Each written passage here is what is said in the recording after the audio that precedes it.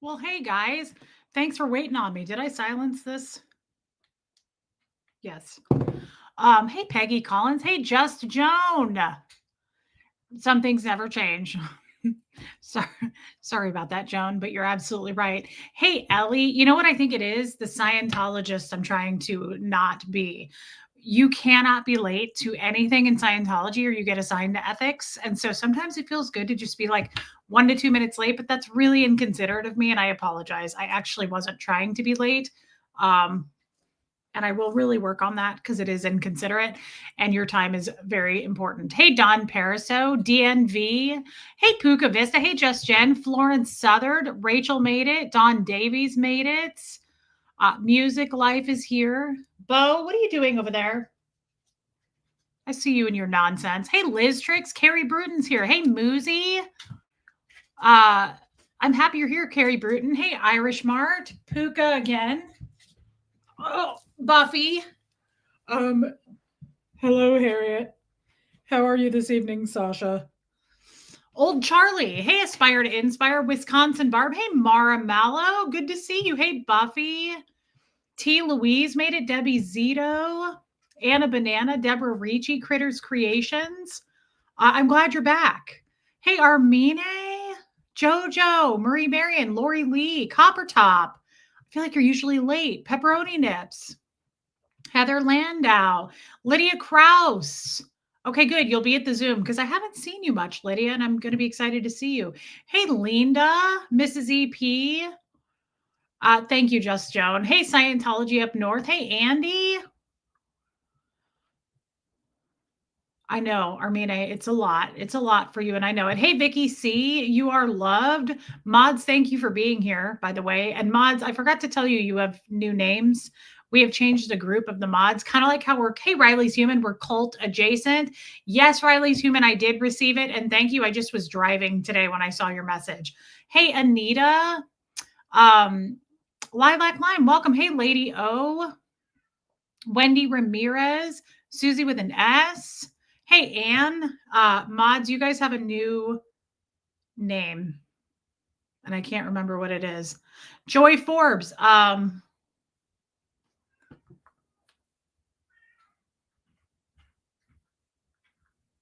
Okay, good. Sorry, guys, that's me texting. What did I name you guys? What did I name you guys?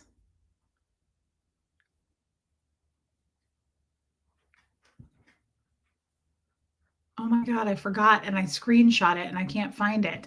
Did I just see Wanda? Hey, Wanda. Yes, the cats are out. Finn is out, but the other cats are outside. Um,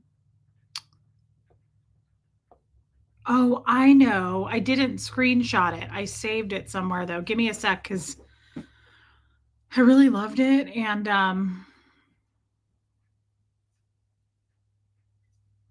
oh, I don't know now. There it is. No. Oh my God, I told my friends today when I was on the phone with them and I can't remember. Oh, I just found it. Okay, okay. See all. God, I'm like building this up and it's not that cool. What is going on? Hold on. That's concerning me. What's going on? Oh, no, no.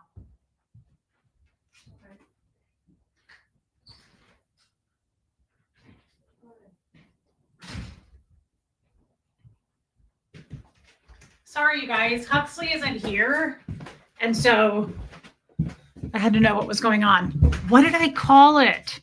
Hey, Catherine B. Okay, it's not that big of a deal then. Hey, Mittens, Starlina. Hey, Go the Greek. I'm going blank. Haha, Debbie Zito. Quick, everybody hide. Hey, Molly Moon.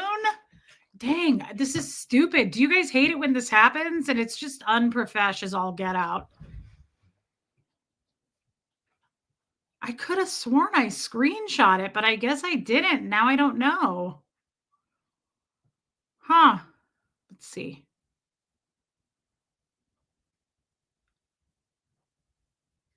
Hmm. That's a shame.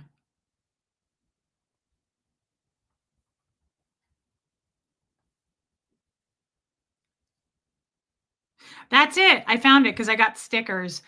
The mods now. Hi, Brian Bolin. Thanks, Vicky C. Hey, Teresa. 2 days in a row. I love that. Hey, Wendy Ramirez. The mods have a new name, and I haven't even told them. They're the Dumpster Fire Response Team. I thought that sounded really profesh. Hey, Geoplanet Jane. Hey, Gloria. Barbara, wait. The reason we're changing, we're trying to really clean up our act, right? So when we get the bus going for when I get sent to court and then I get picked up to go to jail, hey Cliff Ann, I thought we're cult adjacent. We're cult adjacent now. And I thought that's more PC. And same with the mods. They're the dumpster fire response team. And I just like that a lot. Hey, Jessamine. And I thought from now on, mods, you can say things um, like Reese couldn't make it, but I have been brought up to speed on your concerns and I'm here to help. Like I was thinking about things like that, like what to say to people from now on, like going forward, like, hello, this is Reese's dumpster fire response team. Unfortunately, Reese couldn't make it, but I have been caught up on all of your concerns and I'm here to help. What do you guys think about that? I really liked that idea. Yeah, DRFT, assemble. Yeah. Grifting is illegal now. It is in several counties, Brian. Time Arc, yeah, rapid response. And they are rapidly responding. They're on the phones now, actually. A couple of the mods are in here, but the rest of them are on the back lines on the phone in their cages. Yeah, Buffy, of course you can. No question is dumb. And again, my mods will get back with you, the dumpster fire deputies.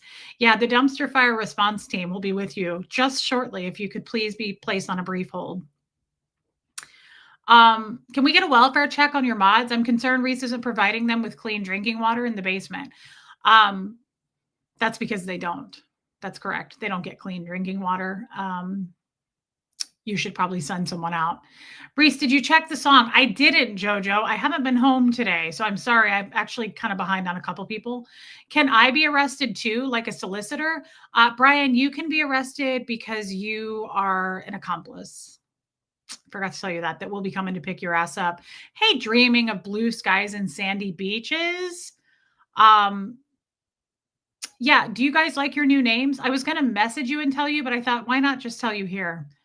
I definitely want you guys to have name tags and like professional shirts, probably like a really nice embroidered hat, some kind of a jacket. Like, you know how jackets that say like staff or like a big thing that says police, dumpster fire response team.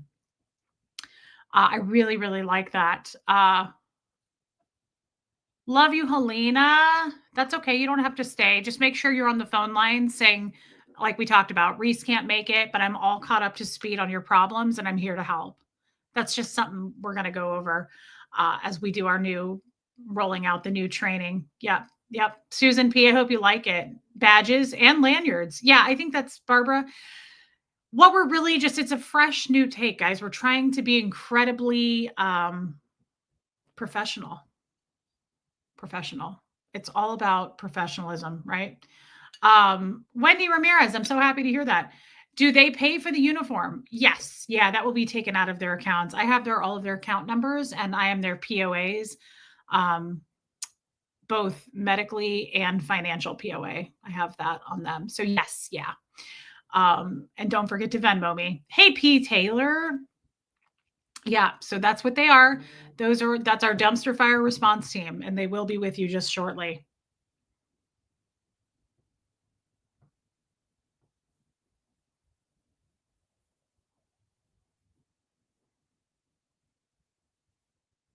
Yeah, I will try to help you do that for sure. No problem, Buffy. I just read it. Hey, Mama Smurf. Don Clark, babe. And it says, Cliff Ann says, it's amazing the trolls take this for gospel truth. They are a brick shy of a load. Yeah, yeah. Brian Bolin, we'll have to check your NDA. I will have my dumpster fire response team take a look at that. So does that mean we are the dumpster fire if the mods are the responders? No, it means that every day of my life at this point has become a dumpster fire. And I can't go one morning, afternoon, evening, or like around the midnight snack hour without somebody reaching out going, "Hey, did you know about this?" Or "Hey, this or that." It's just we're putting out dumpster fires everywhere. That's my life. I haven't seen Kathy Ann since I've been back. Is she doing okay? Yeah, Kathy Ann's great. She's actually enjoying some family time right now. She's really enjoying. I've seen some cool pictures. She's doing great. Hey, Jessamine, don't worry. Kathy Ann is still with us, but we could start that rumor too that she quit and ripped up her NDA, and maybe she could add to the lawsuit. That's kind of a cool rumor, actually, that I didn't even think about. That's kind of neat. Um, It's Saturday night, so I'm here with my coffee whiskey. Oh my God. Sounds like you don't need me at all, Wanda. You need a good laugh? Coffee whiskey. Wow, I didn't even know that was a thing. I think we're all fire. Vicky C is right. Hey, Lemster. Yeah, we don't need the house to burn down, or do we? Time Mark, that's a great question. I think we should submit that for thoughts, prayers, well wishes. Um, so what's the deal? I'm so lost about what's going on, but whatever it is, says dreaming of blue skies and sandy beaches. Sign me up. We could get creative. We have gotten creative, Wendy Ramirez. Hey, Colleen G. People believe anything we say on here. It's kind of exciting. And the funniest thing of my day, actually, and then we'll move forward from this, but I would say the funniest thing when it comes to YouTube today is the guy who's like super obsessed with my life and of course Tommy's life. You can't you can't do a Reese without a Tommy, right? Like they have to go together. That guy like really apparently likes to give his opinion on what's ethical and moral. And I don't know how you do that with hating being a Nazi and a racist. Like, I'm still curious how that works. I don't know how the hell you say we support the victims. It's like yesterday, we support the victims, but not that one. But the same thing goes for that. It's hilarious to me to be like, these two are a joke and they're made for each other because they're horrible people, whilst being a Nazi racist. I don't know how you do both. Honestly, that's an interesting combination that is really kind of beyond my pay grade. And I know I make 6 billion a year, but it is above that. It's above that. And I can't figure it out. Excuse me. Lydia, just sent a pic of a gift I got you. Need to send it, can be our badge. Love you, my friend. Lydia. Well, you didn't have to do that.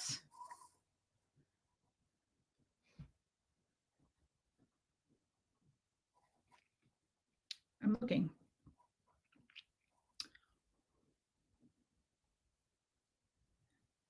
Oh my God, that's funny. I got this for you, but I still need to send it. That is so funny. Look at this.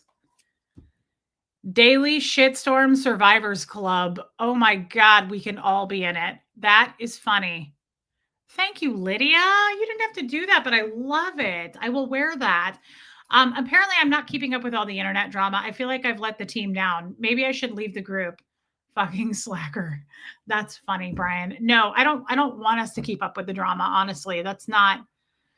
It's fun to do, and I don't mean fun. It's good to shine a light on that stuff every once in a while because honestly, I don't know Don Clark. It is nothing but like really hate speech. So I don't know how. I don't know. Hey, Peggy Collins again. It's good too, in my opinion. Any plans for my birthday, old Charlie? I want to go get that tattoo for my birthday. I really do want to do that. I never celebrate my birthday. Being a Scientologist, it's truly not a thing that I celebrate. And for the first time, I'm going to. I'm gonna go get that tattoo. I'm gonna gift myself a tattoo for my birthday. Thank you for asking. I just think it's important sometimes to shine the light on it and expose that stuff, but I'm not here to make that my daily job. So don't worry. Lydia, thank you again. And thank you for your super chat. I fell hard yesterday after the stream. They ask me each time if I've fallen when I go in for infusions, and it finally happened. I got really lucky, didn't smash my face up. Loads of rash. Wow, road rash. Lots of road rash. That's horrific. Hey, Margie Barr. I am so sorry, Teresa. That's rough. So is that, let me ask you, when you say infusions, is that the same thing as chemo? Like my dad does chemo every week. Is that the same thing? I know that it can have all kinds of side effects like that, like make you sick, make you fall, make you all those things. I am really sorry that happened. I hope you're all right. That's sad. That makes me very sad for you. I will say though, I'm really happy to see you. We don't get to see you as much anymore. And I totally get why. But when you do check in with us, everybody's really excited to see you. I have people behind the scenes ask pretty, and in the Zoom calls. Last month they did. They were like, has anybody heard from Teresa? How's Teresa doing? So I want you to know that. Are you going to live stream the tattoo? No, the tattoo artist is not that kind of person. I assure you, he's pretty serious. Chemo and it makes you really weak and lightheaded. Your infusions are chemo. I assume not all chemo is the same, but I don't know the answer. I know like my father has done different studies. Like they'll switch him to a different study, but it's still like a chemo and then they'll mix it with something else or like a pill. One time they did radiation, but he'll hop from like one study to another. And I don't know if that's for all cancer patients. I don't know how that works. I'm sure there's different versions and strengths and all of that, but just know that we love you and I'm really sorry you fell. It's terrible. Jessamine says, good question, old Charlie. I want her to get that tat, have good Mexican food and quality time. Thank you. Interesting, Lydia. Okay. I don't know what I'll do the rest of the day. I think, what day is my birthday on? Is it a Tuesday? I think it's a Tuesday.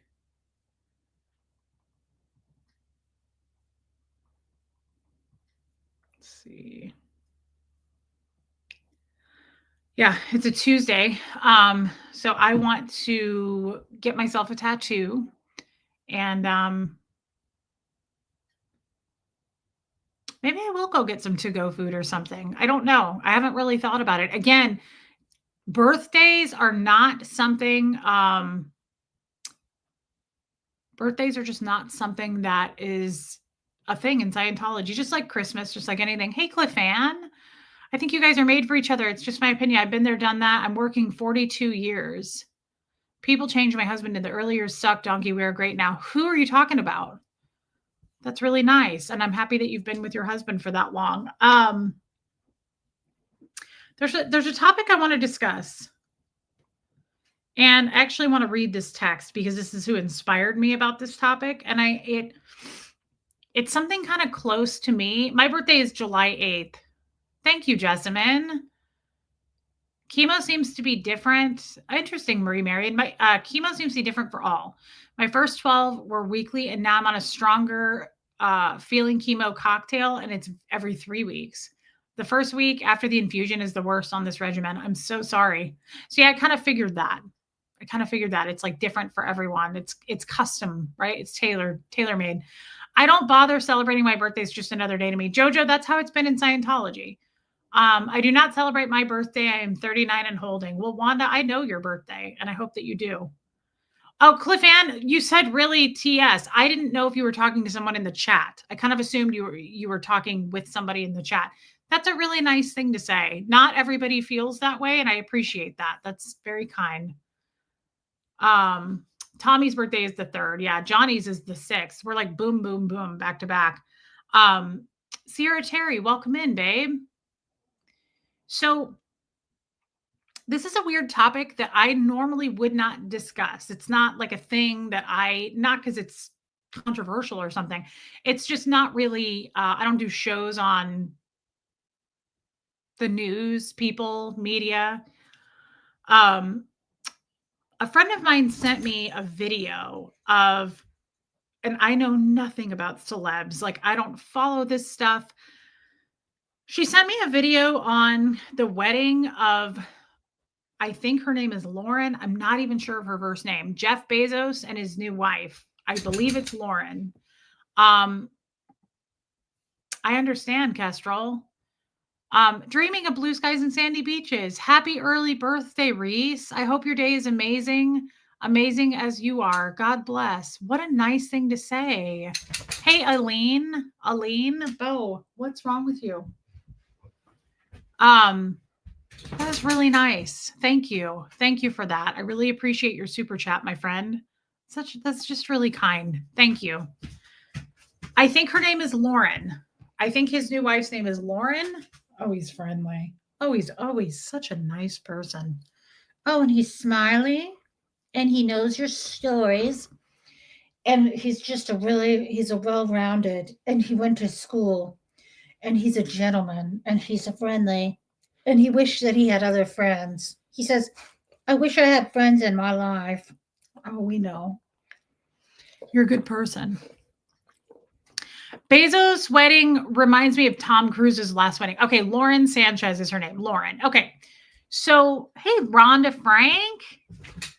So, again, this is not really a topic that I normally discuss. However, she sent me a video on YouTube about it, and it was like 13 minutes long. And so I watched it. And this is what she said. And I have a friend who does this to me. She'll kind of prompt me to think about things. I watched Nora the other day. She said she's going to have her mods sign NDAs like you do. Margie Barr, it's the right thing to do. It's the right thing to do. You have them sign NDAs, you keep them in a cage, and you retitle their purpose and name to the dumpster fire response team. And that's just, they love it. Again, they're free range mods. They get to go outside. So she says, tell me your feedback on this. It's a hot topic right now. And I have a friend who watches my channel, and she sometimes will say, ask your channel this. I'm kind of curious about their feedback on this. And sometimes I'll do it. Sometimes I won't, because I'm like, that's not really my content. I don't do anything unless it's organic for me, if that makes sense. Like, that's why I can't work off of a script. Hey, Julia. He thought he could rent Venice for the wedding. It's so weird. I heard that. Venetians got pretty upset. This is why hey, Justice, I was recently interviewed on a podcast, and they gave me the questions in advance. And the person who interviewed me said, did you go over the questions? And I said, no. And they said, why not? And I said, because I'm not comfortable with that. I'm way more comfortable. Hey, Robin Miners, without a net. I don't want to know. I don't want the script. I don't want to know what we're going to talk about. I do best just going out there off the cuffing it, whether it be me being on someone else's channel being interviewed, or me interviewing somebody else, or me on my own channel. You guys know this. I'll clam up if like I have to talk about something, or someone wants me to talk about something or do it a certain way. I can't do that. That's not how I operate. So sometimes she'll ask me to ask you guys things, and I'm like, I don't know. It's not my style. But this is interesting to me. The reason this is interesting, hey, Michelle, is because, I don't take notes, Linda. Yeah. This reminds me of a little bit of the Jester stuff. Stay with me here. It reminds me a little bit of the topic of the Jester stuff on a way lower scale, right? Like way lower scale. However, this is what she said. She said, I just listened to this article, and she said, it would be interesting to talk about the ties that bind with this secret society of money. It's like a cult. And I thought, that's true. And she said, question, like she's asking me this. She said, I want to know what traps you in life. What fears hold your followers back from leading their most fulfilled lives? I thought that was interesting, right? Have you ever chosen money over happiness? I have, absolutely. She said, these types of questions are morality and ethical questions asked of us, raised out here outside of Scientology. And she said, Lauren Bezos was a pilot, a news host, and now she looks like she's trapped, and her body is totally different, like morphed into something else. She said, why flaunt the money? It's weird to me, she said, because I grew up around old money. The richest guy in the room was standing in the back with the baseball hat on and very humble. This new money bullshit is weird, and it feels dangerous. So that's what my friend sent to me. And I thought that was a really interesting thing to say. And it made me think of, yeah, Lumen, it made me think of the gestures. The gestures are like that too. And especially because I went and watched this article she sent me. Yeah, with the wedding and the guest list of like just all the flashiest, fanciest, like it's like, are they even friends with these people? Like, hey, Chris Sheehan, are they even friends with these people? Like, is Tom Brady really like an old friend of yours from when you started Amazon? Like, hey, Kiki, um, the Kardashians, like, are they really like good old friends that helped you raise your children? Like, it's such a it's such a dirty, weird feeling. Yeah, it's a secret society of money. And I see that also with Scientology. I can see that. There's a creepy ass picture. I'll show it to you guys. I'll Google it. Somebody sent it to me the other day. It's creepy. It's my dad. Um,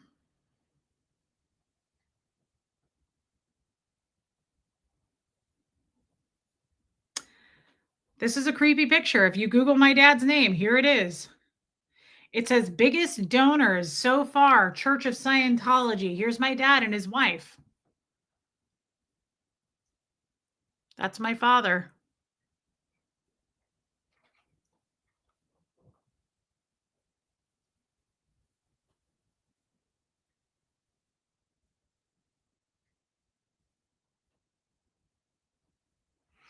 So I know I'm kind of going all over the place here, but now I'm making her. So I just read my friend's text. Now I'm forming this into my own thoughts.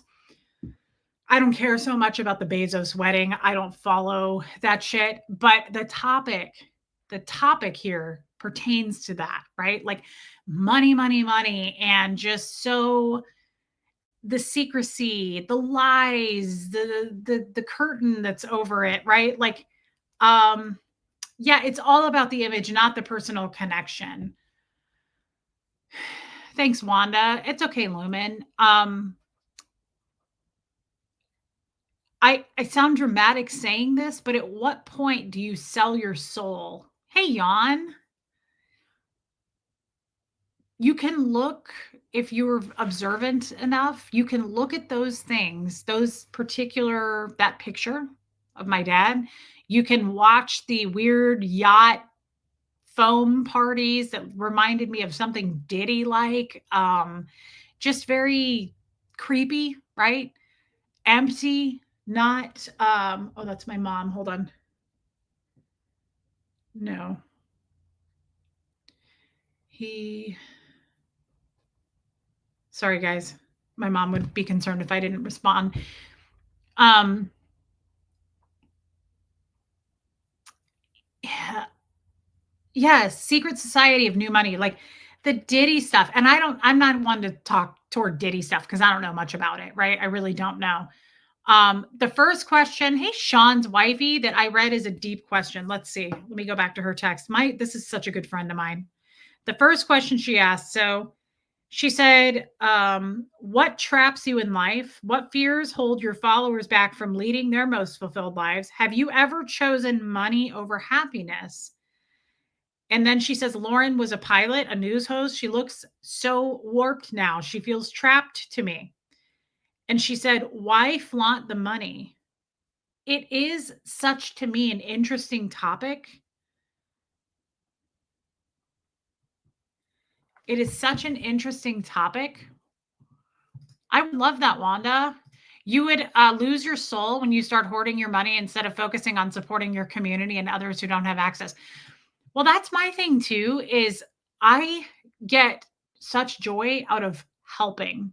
I could never be super wealthy because I'd give it the F away. Hey, Holly Day. I mean, I really think we're all that way. That's not like I'm I like to help people. I think we all do, right? What does that mean, Ty Mark? Hey, love and life. What stops your followers back? I don't understand what that means. Bezos sold his soul long before his wedding. Watching his ex-wife continually give away all her money says so much to me about his ethics. She doesn't even want to touch that world. Totally, totally. Um, it's the people who have nothing and still take care of others that are truly good. Yes. Hey, oh, Susie Q. Um, but I am going to go back to what my friend said here because these are good questions.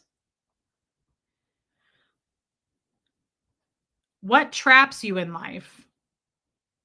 What fears hold your followers back from leading their most fulfilled lives? Mom, you just made me lose this text. Okay. What tra- Oh, what stops your fall? Yeah, that was it, time mark. I was starting to understand what you were saying now. Okay, so what traps you in life and what fears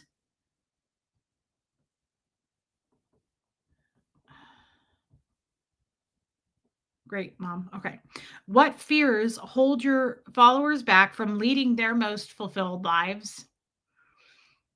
I like this question. I really, for some reason, am gravitating, hey, whine a little bit more, gravitating toward this question. Have you ever chosen money over happiness?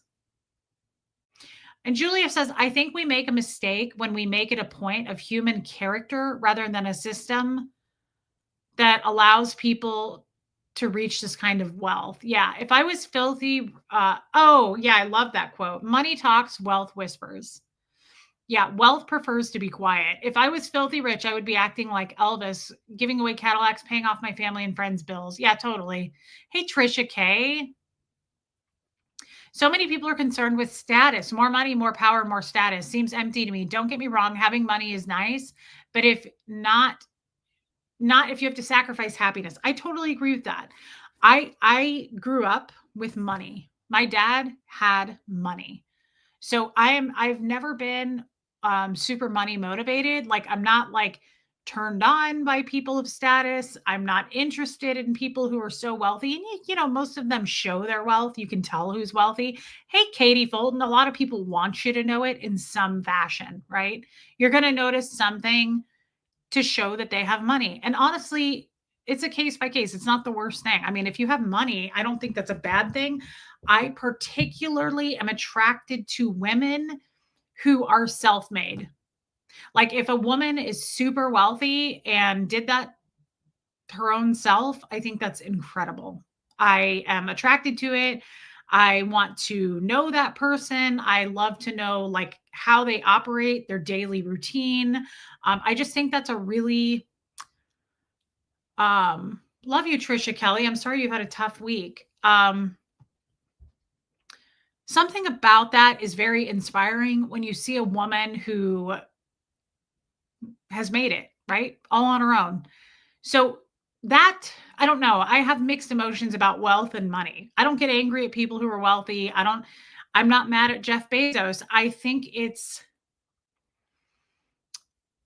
what I heard in this video is like what he did where they got married. I think it's insensitive, right? I think it's classless. A lot of those things, like throwing money around like that, feels like it's too much.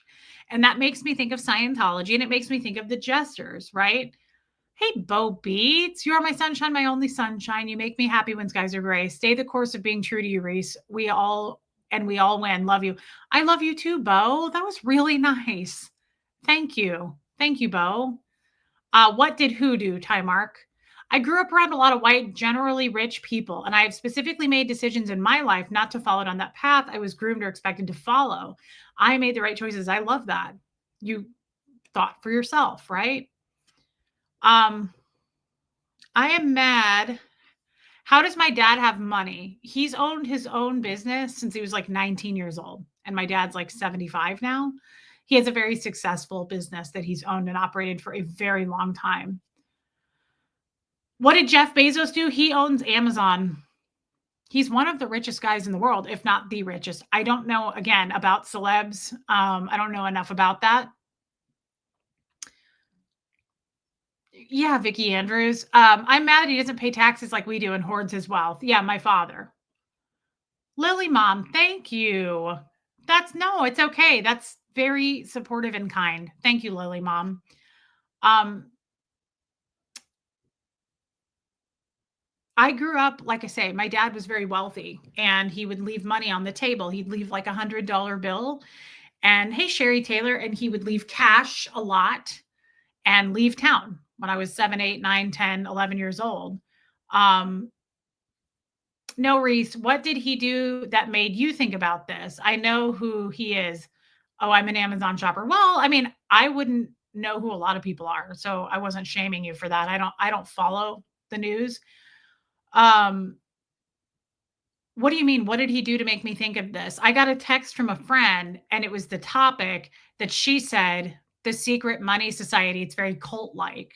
So then I started thinking about Scientology and it made me think of that picture of my dad, like just the whole upper echelon of rich people and how creepy things can get. And it made me think of, hey, Renee B. Hey, Andrew. Andrew, we're talking about just, I don't really know how to describe it, just creepy. Andrew, at first, so I had a friend who texted about the Jeff Bezos wedding and like how much she has transformed and just the wealth, the sick wealth of that. Like, like I was saying, how the Kardashians and Tom Brady, I'm sure, are just longtime friends of theirs, and just been their pals through thick and thin, right? Like the what am I trying to say, guys? The Hey Sophia, I haven't seen you in a while. The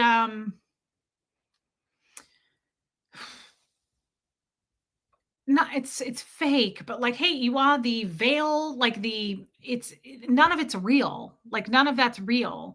And then it made me think, time arc of my father, because that picture very much makes me feel that way too, right? I don't know what that word means, Liz.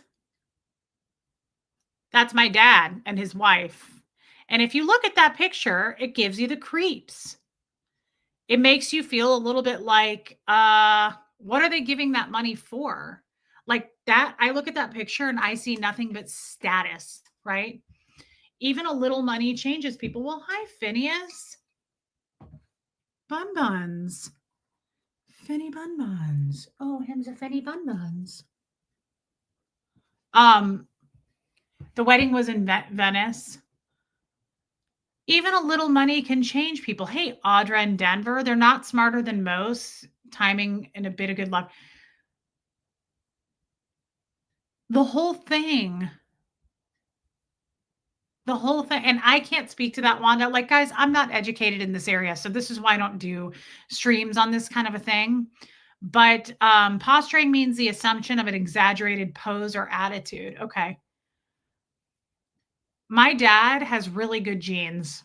Both of my parents have very good skin. My dad has never dyed his hair. He used to talk about that. People would ask him if he dyes his hair. My dad does look very good for his age. He has a good body. He's never been overweight. He's always just been like long and lanky. And as far as I know, he's in good health. I don't know.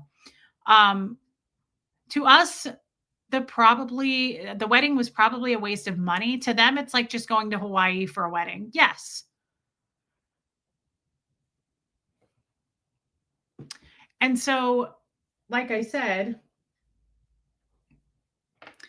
my friend had some good feedback on this. Have you ever, I want to know this. Well, thanks, Katie Fulton. I want to know this. Have you guys ever chosen money over happiness?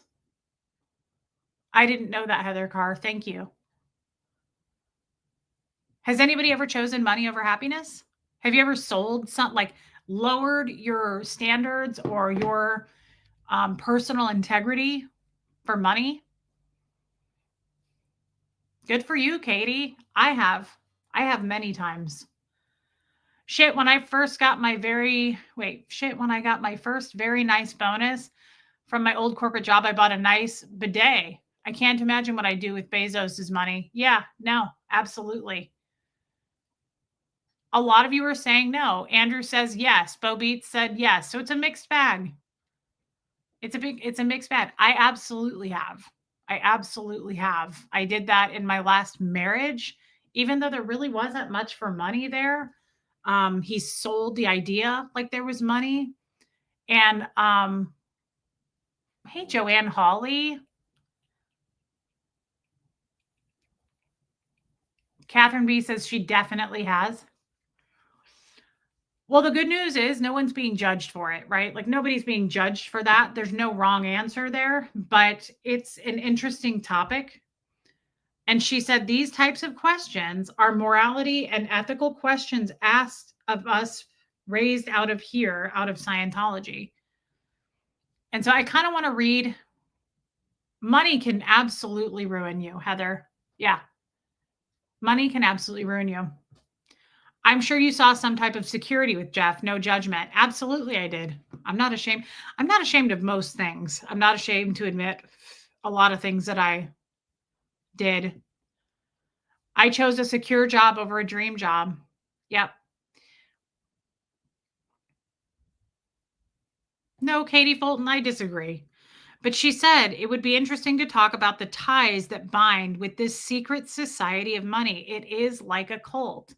And again, I don't know much about the Diddy stuff, but what I saw on this clip she sent me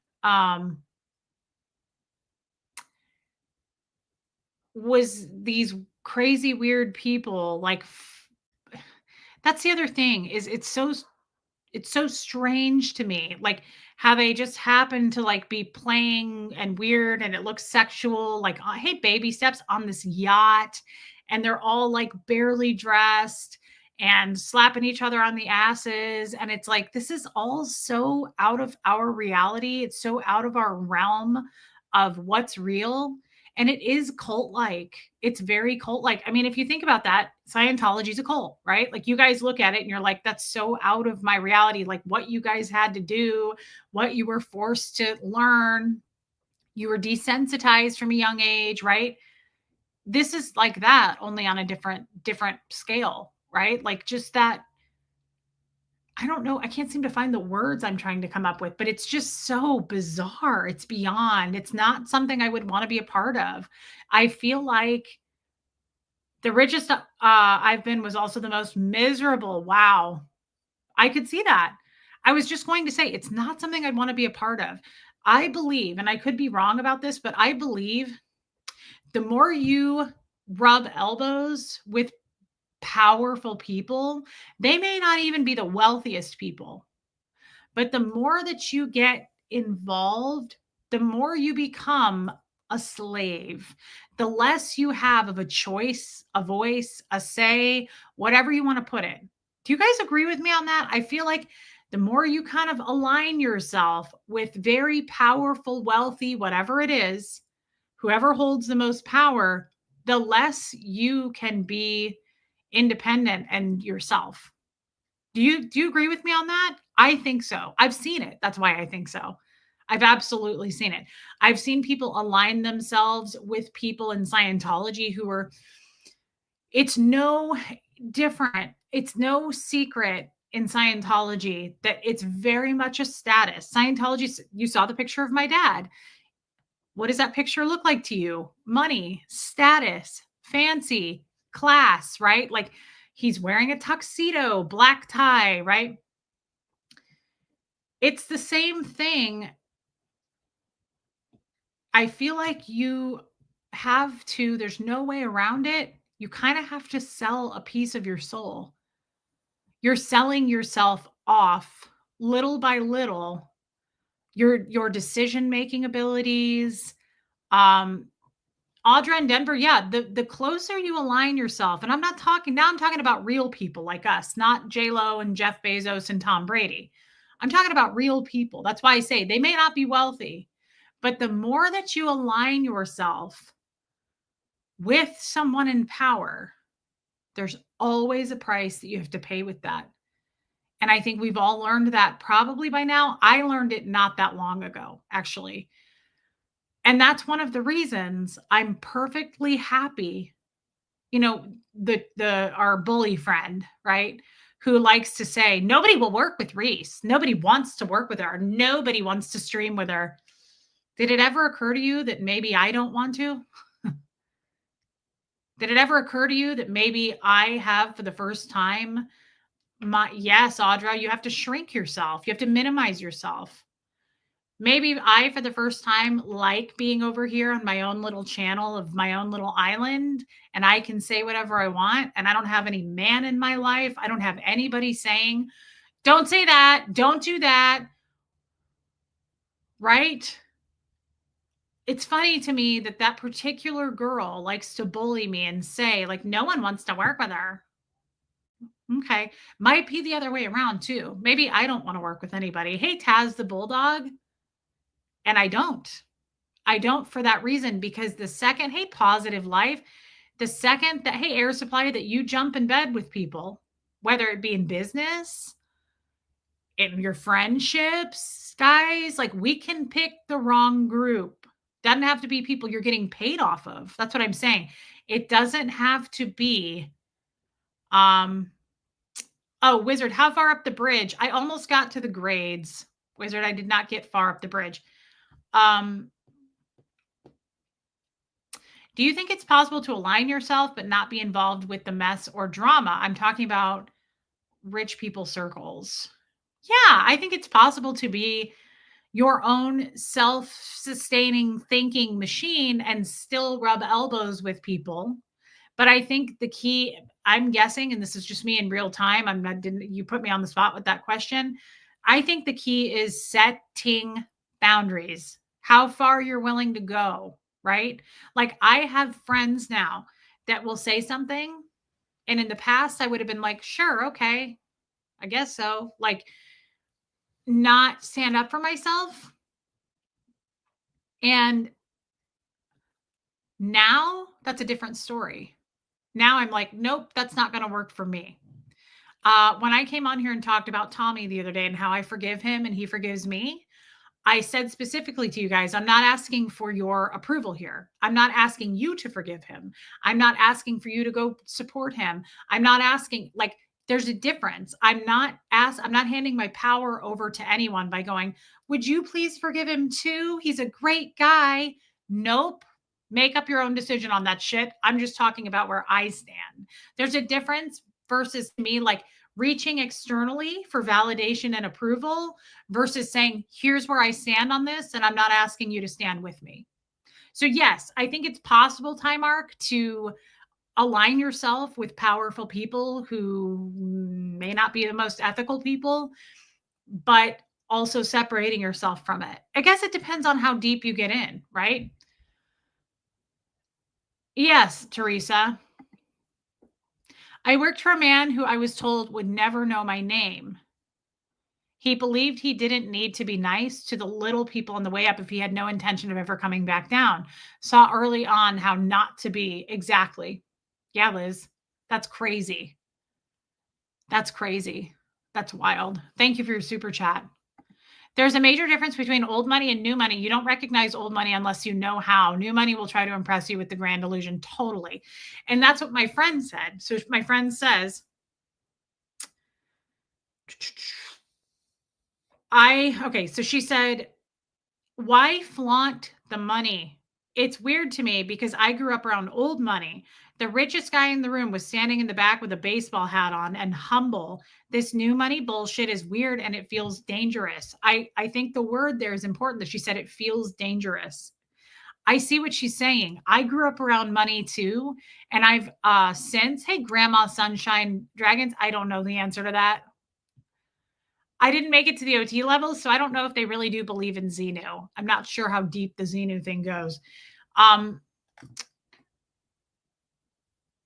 Yeah, Time Arc is totally right here. If you don't want to get dirty in the mud fight, stay out of the way and let people destroy themselves. Yep. I had that conversation with someone today, actually. I said, I would stay as far the fuck away from this as possible. One, because you don't have a dog in that fight. But two, this shit will self-destruct, I promise. It always does. Shit always self-destructs when you're being hurtful and harmful to others and yourself, and you're being very unethical and too much power, right? I see it all the time in the world. Yeah, I also think just rich people get desensitized. I can't speak to this too much because I'm probably way off. Xenu is something you learn about on the upper levels in Scientology, Wanda. He's like some galactic overlord that they talk about, but the people on the lower levels like me, I never heard about it. I don't know. Dang, I just lost my train of thought. I think people with a lot of money somehow get kind of desensitized, right? To everything, to the world, right?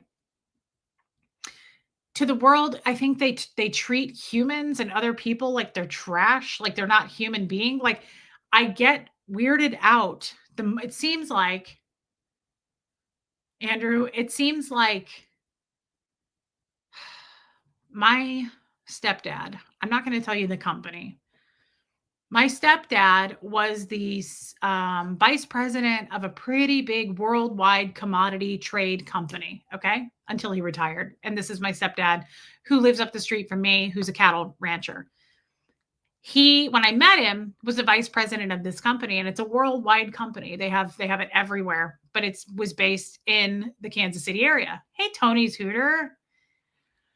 That's funny, Tony. And he was, I would say, best friends with the CEO, the owner of the company, the president. And the president lived in Kansas City. And he would come to Huxley's birthday parties with his wife. He'd come over to our house a lot. The president of this company. This company is on the Forbes 500 richest companies list. Okay, Finn.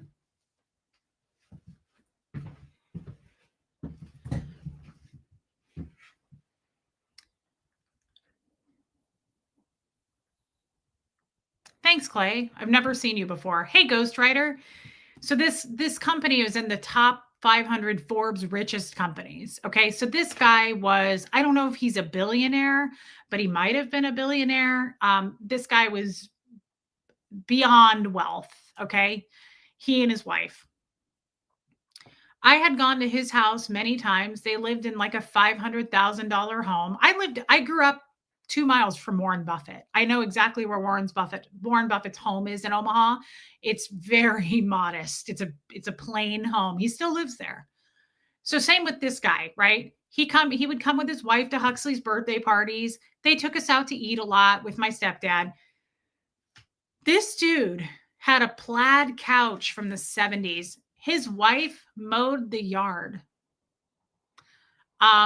He would show up to dinner with us all the time in like a Nike hoodie, and it would have like a hole or a stain. I noticed his shoes were always untied. Like that's the kind of wealth. I agree with what my friend said. Like the wealthiest guy in the room was wearing a baseball hat and very humble. This new money stuff is weird.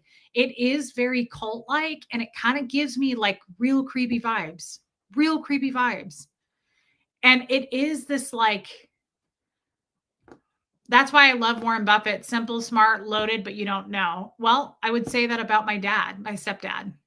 Like, I don't know how much money he has, but he's a cattle rancher and he's successful and he's got chickens and he's got hogs and he's got a really nice farm and he's been a cattle rancher his entire life, right? They live in a nice home. You would never know. You'd never know it. And he's talked to me about money since I met him my whole life. He's talked to me about like, you don't need to show, you don't drive your assets. The first thing he told me about money is he said, your credit score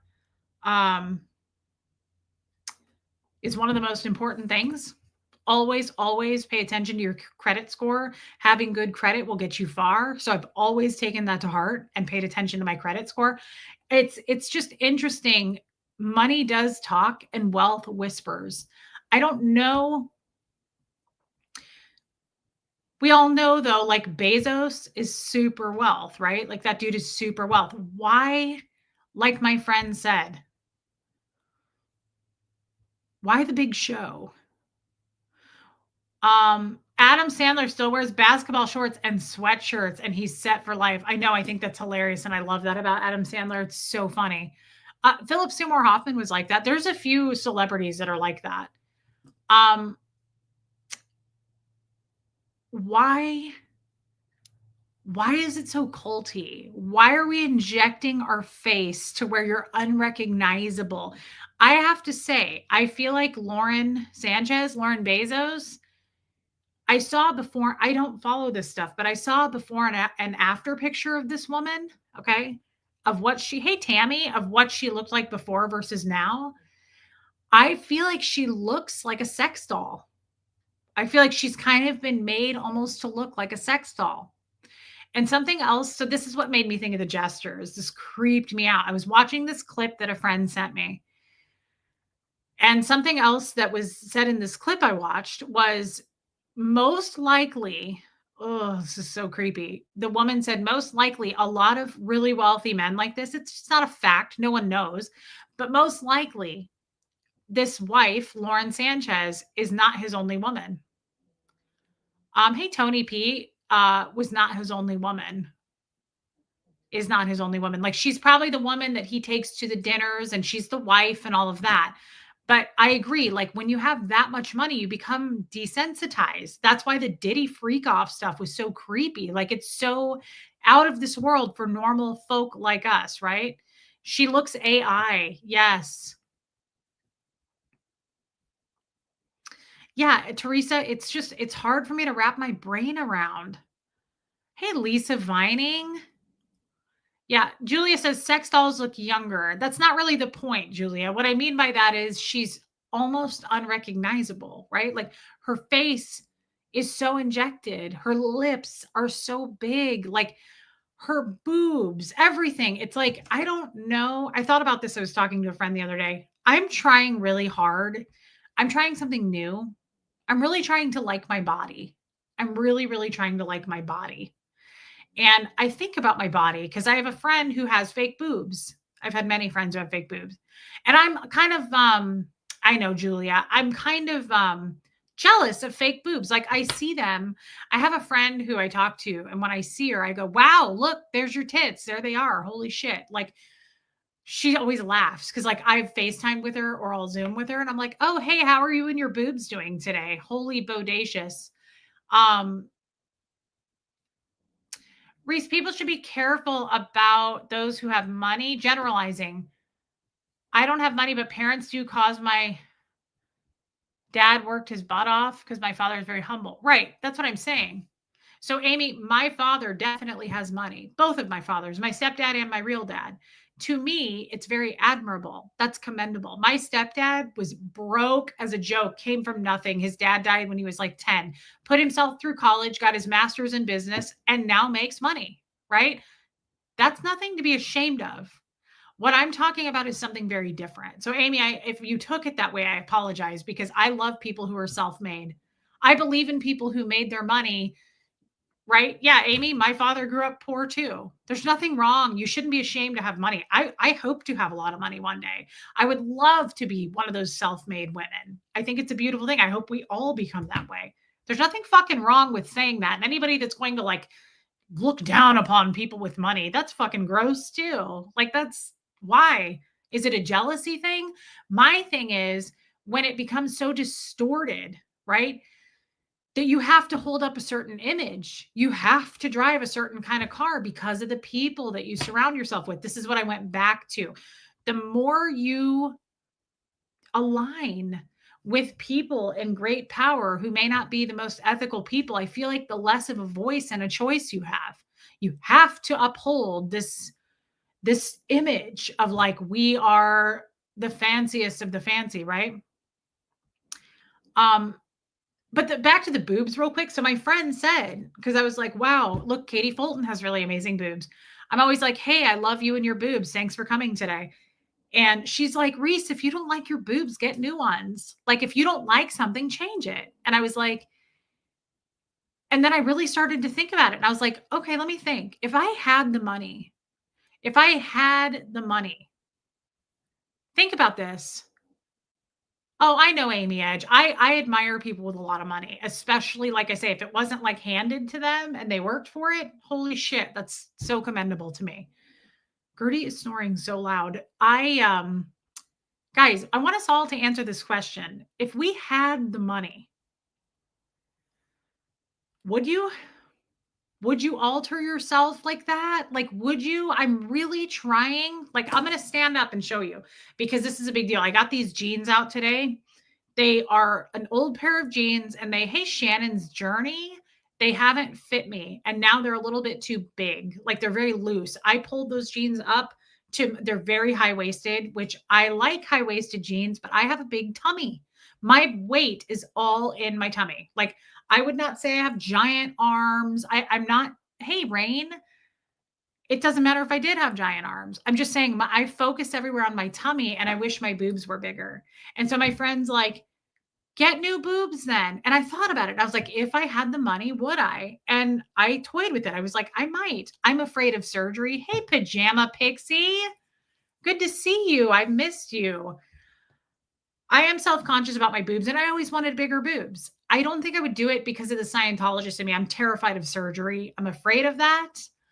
Um, and honestly, I have friends with big boobs that are fake or natural, and they're like, you do not want big boobs. Like, you can't fit into your clothes. Like, they're a problem. They make your back hurt. Like, and so I don't, someone asked me yesterday, let me ask you this. Do you think about it all day long? And I was like, I never think about it. They were like, good, there's your answer. You don't need new tits. Like, I never focus on it. Like, maybe every once in a while, I'll look at somebody else's boobs and I'm like, man, I wish I had bigger boobs. But this is something I'm really talking to Huxley about. I don't know why, and he's not here at the moment, so I can say this. For whatever reason, Huxley is going through, and it's not unusual. The doctor even said this. He's comparing his body right now. He's going to be 16 soon. He's comparing his body to everybody else's body, like full grown men's bodies. And I've been trying to really work with him. Thank you, Rain Virus. I got this at a thrift store. I've been trying to really work with him about that because I've been through that too. I'm like, Huxley, I cannot tell you how much I hate my Chihuahua legs. They're this long and my body is this long. And I used to walk around for years looking at women with long legs and I'd go, God, I wish I had her body. I wish I had her legs. But the fact is, I don't anymore, right? I don't. Good for you and well wishes to her, Pajama Pixie. Thank you. Thank you for coming in. And I really, really have talked to him at length about this the last few weeks because Hux will say something like, whoa, did you see that dude's arms or whatever? And he's like, I wish my arms looked like that. And I'm like, yes, but your arms are fantastic. And they're yours. Those are his. And it'll come in time. You can't force him to see it yet. It took me many, many years to not compare myself to other girls. I still do it every once in a while, but I'm really trying something new coming out of Scientology. And that is, I'm not going to like write on the mirror every morning that says like, you're beautiful, go kill it, girl. Like stupid shit, right? Like that's too far. I'm not going to, it's not going to happen overnight. But I'm trying to find little things about my body that I like. I'm like, what's wrong with my body? Like, why have I torn it down? It's probably a Scientology thing, but I've been very insecure about my tummy. So I put these jeans on and I was like, holy shit, they fit, like really fit. And I have this little fake Gucci belt and I paired it, but the reason I care, I don't like wearing pants, first of all. I don't look good in pants. I'm much better. My body looks better in like skirts and dresses because I can belt up here and you can't see my waist to see how long and disproportionate the length of my legs are.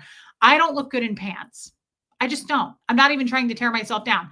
If I threw a dress on, which you guys have seen, versus me putting these pants on, I don't pull it off as well because I have a weird my middle section is very chubby, right?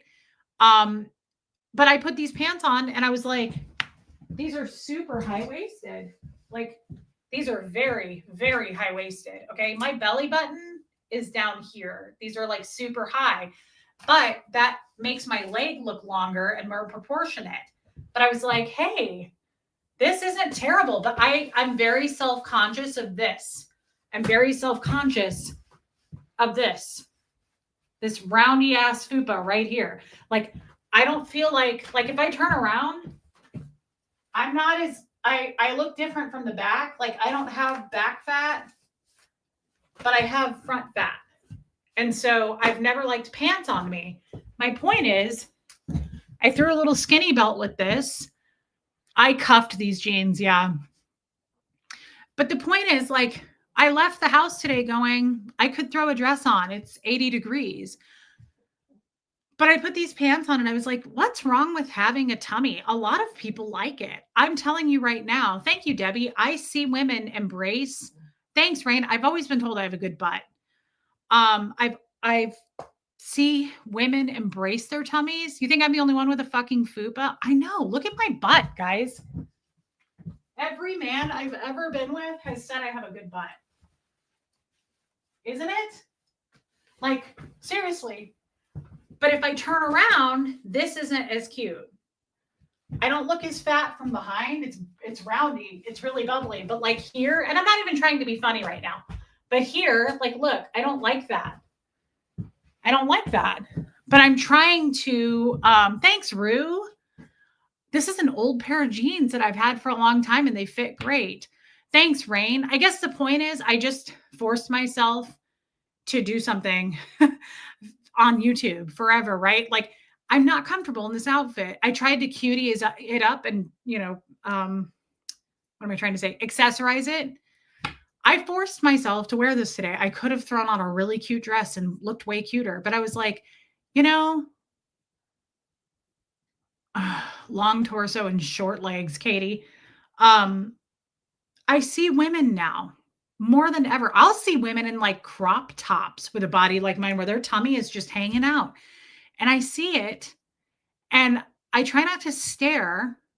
Hey, Melissa. Thanks, Rain.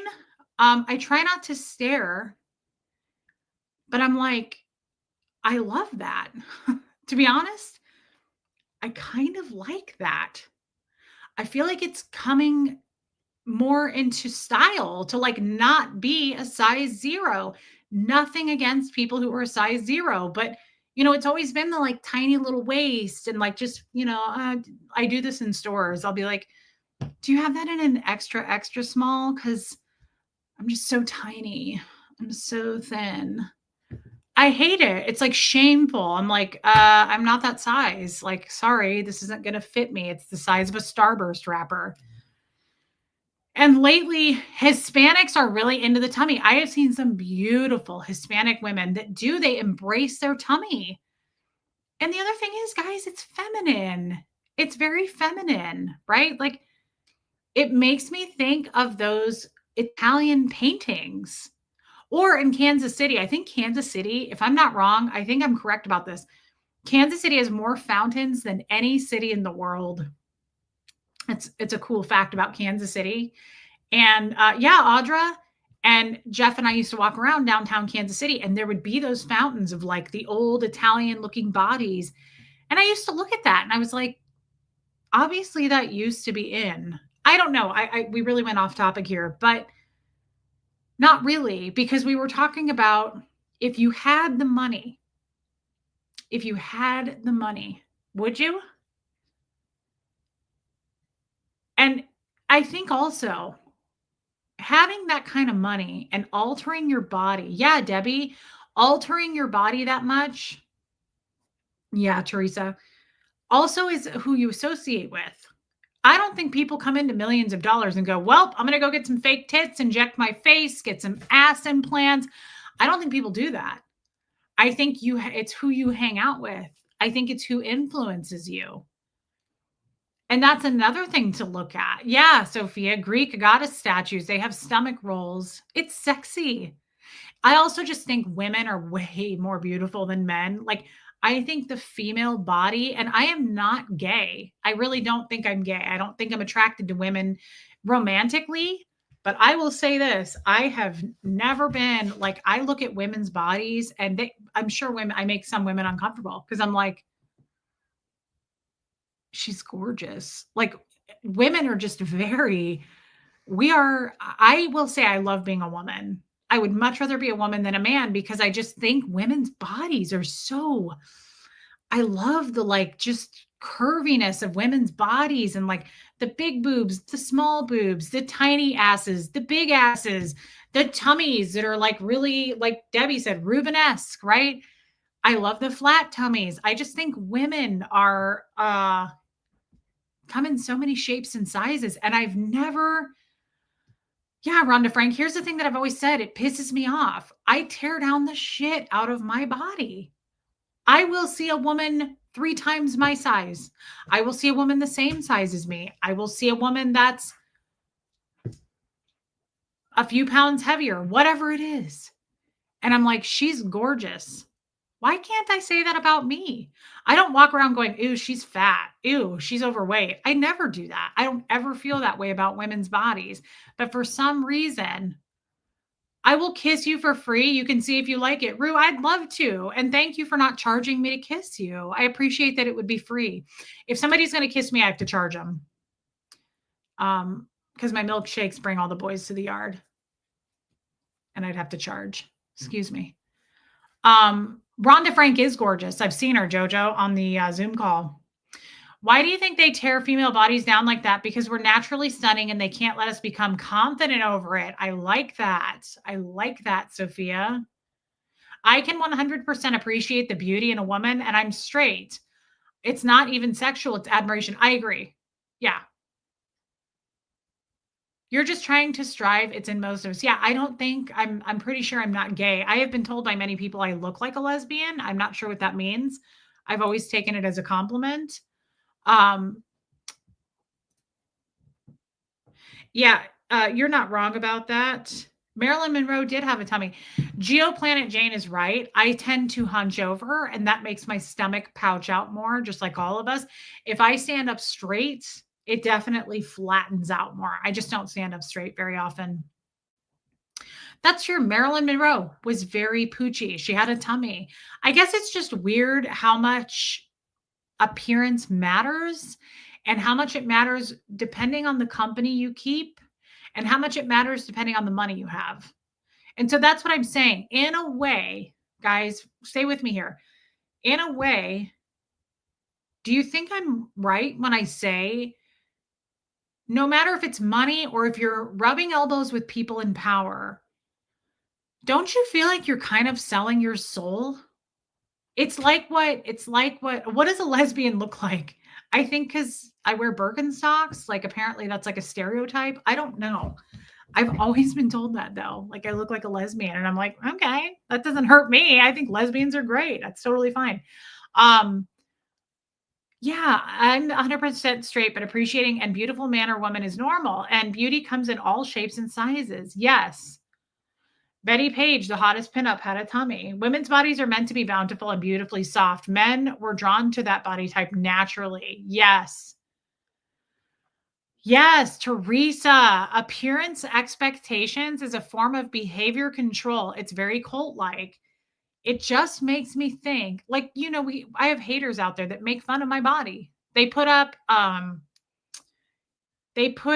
the thumbnails a picture of a pig with my name on, like a hat or a t-shirt with my name. They'll put up a pig, an actual pig, like an AI made pig. So like, and the two ladies, they make fun of my makeup. They make fun of how much makeup I wear. It's total body shaming, right? It's totally shaming. Luckily, it doesn't really get to me. I don't care. I know what I look like, and no one's going to tear me down more than me. So, but it is so it's so outdated to me, but I also feel like it's outdated to have to like sculpt and cut things off and put things on. I guess do it.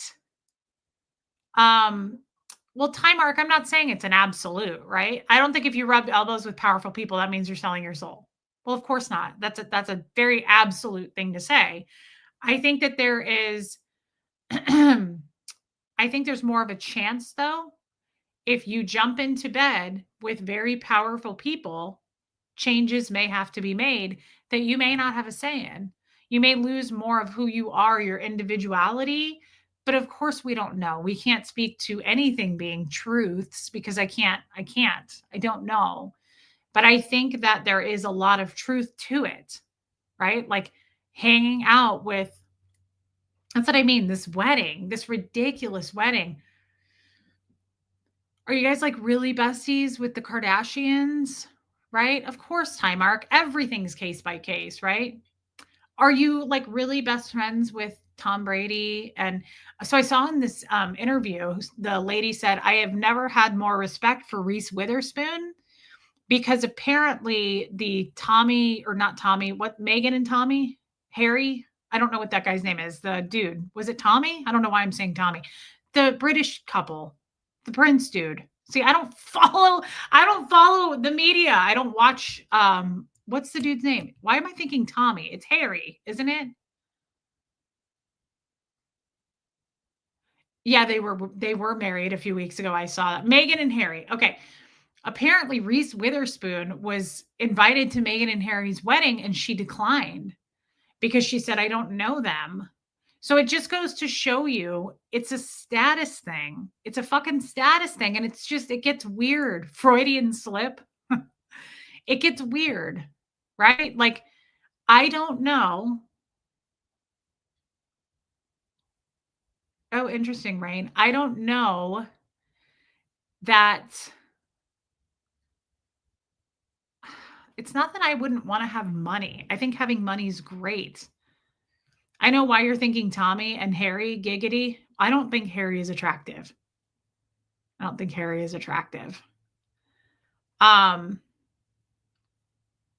I think Bezos used the guests and they used him. Bezos' wife wanted all these famous people to be there, and I'm sure the guests were just happy to be invited by a billionaire. Um, oh, she won't go on Megan's podcast either. Good for Reese. Interesting. I didn't know that. Um, I just get uncomfortable. The whole thing, it's very culty. It's very culty. And again, it brings me back to Scientology and the jesters. Still recovering and in pain. I'm listening. We love you, T. Louise. I'm just glad to see you, babe. Thank you for being a member. It's very kind. And there's just, I mean, to each their own on cosmetic surgery. Here's how I feel about that because I would consider the boob thing. So I'm not against cosmetic surgery. I'm against it if you're being pressured. Yeah, you want the money without the moral obligation.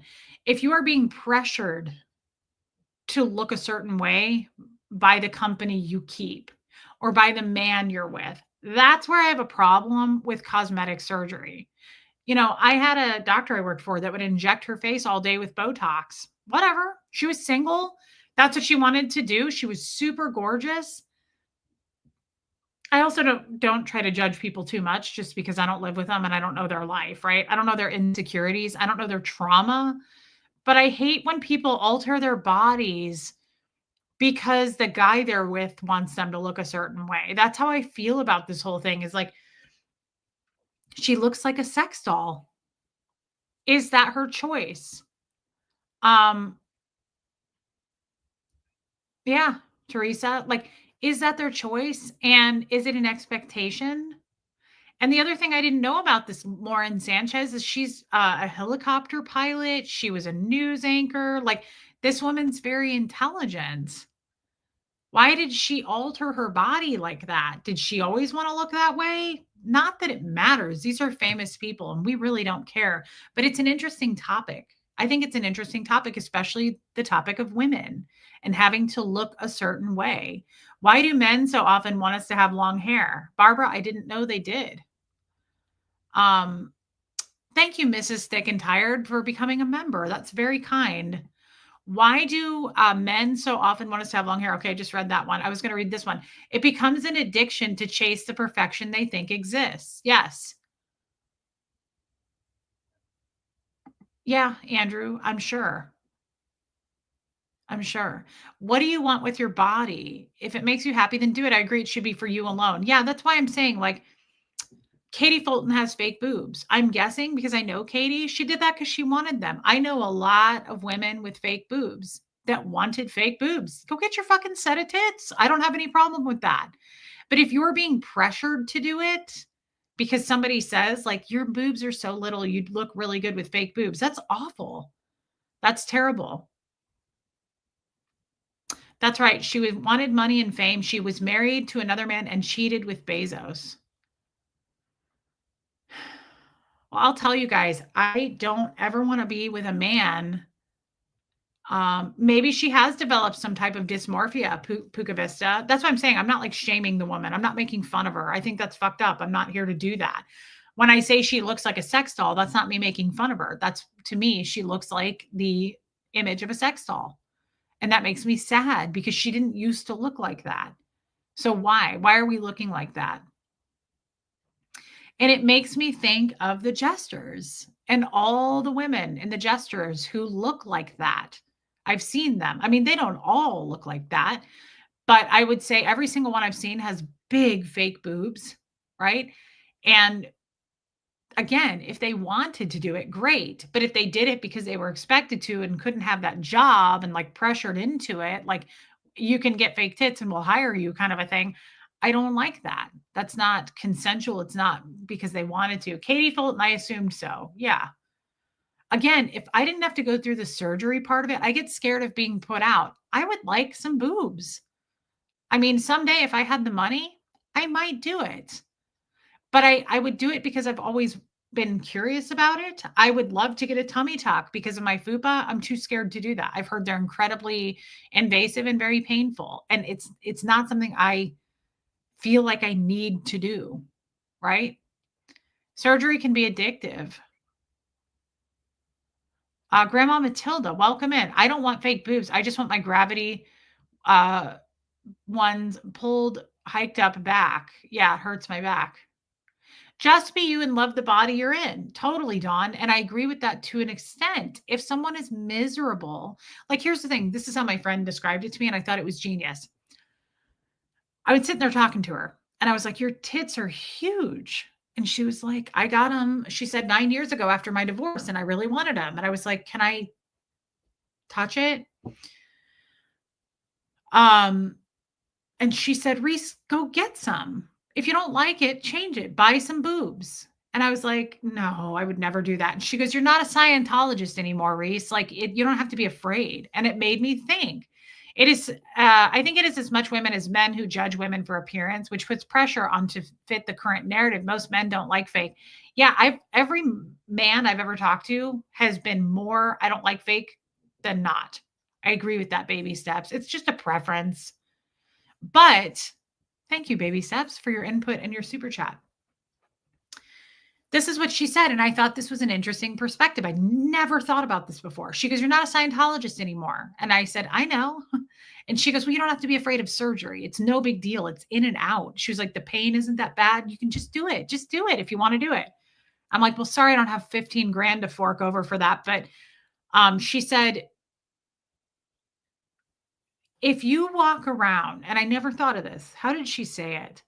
She said, if you walk around insecure all day long, as a woman, not just me, but like if a woman walks around all day, and if she thinks about it more than not, and if she walks around going, and if she's miserable in her own body because she can't stand it, then by all means, if you have the money, do it.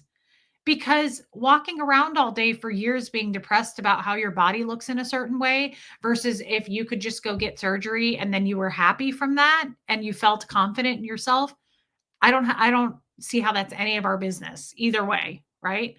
But the way she put it to me um made a lot of sense. And it made me feel differently, the viewpoint on that. Like, is it worth the years of being depressed and miserable about this body part that you wish you could fix? If you could just fix it, would you just be over that and be happy? Um, what's pressuring these people with money to do this to themselves? It's probably the media and society. And I think it's the company they keep. I think if you're going to hang around the Kardashians and people who are constantly doing that, I think also it becomes an addiction. What makes you want to do that in the first place? I don't know. I'll tell you right now, I'm not shaming them. Like, I have my own addictions, I have my own problems. This is just an interesting topic. But I'm not going to sit here and be like, making fun of women who are plastic looking. That's their choice. I just feel sad for this Lauren Bezos because I'm like, was that your choice? Or were you? I saw, hey, Vicky Cat, a before and after of Jeff Bezos.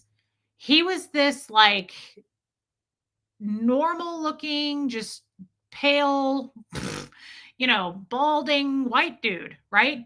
Suddenly now he's like this like tan, like bulked up, beefy. It's odd. And it's like, if that's what you want to do, great. But like, you're telling me this Lauren just magically got married and like wanted to look this way? I don't know. Andrew says, my guess is she knew exactly what she was doing. She, I think, sold a little bit of her soul. I think money is very enticing. Yeah, Lumen. I wish I could afford Invisalign, Teresa. I've always wanted it. Um, I think that's what I'm trying to say, what my friend said. Have you ever chosen money over happiness? I have. I have total experience with that. I have sold my soul a little bit for money. And I did it. I said that the other day with the Doug and Brenda thing. Let me read this. Let's talk if you want to know pressure. Surgery terrifies me as well, but I knew what I wanted. Had to sew chicken cutlets, 2 per cup, in all my bras just to appear as though I had breasts pre-op. Wow. See, I'm glad that you did it then and you're happy with it. That's all that matters. And you did it for you, right? Um, I loved my implants. It was for me. Now I just want to feel what it's like to be me again. Okay, Tammy, I'm looking forward to seeing you. I want to go back. What did I read a comment that, yeah, Audrey in Denver says competition. What did I just read? And it made me think of something, and now I forgot.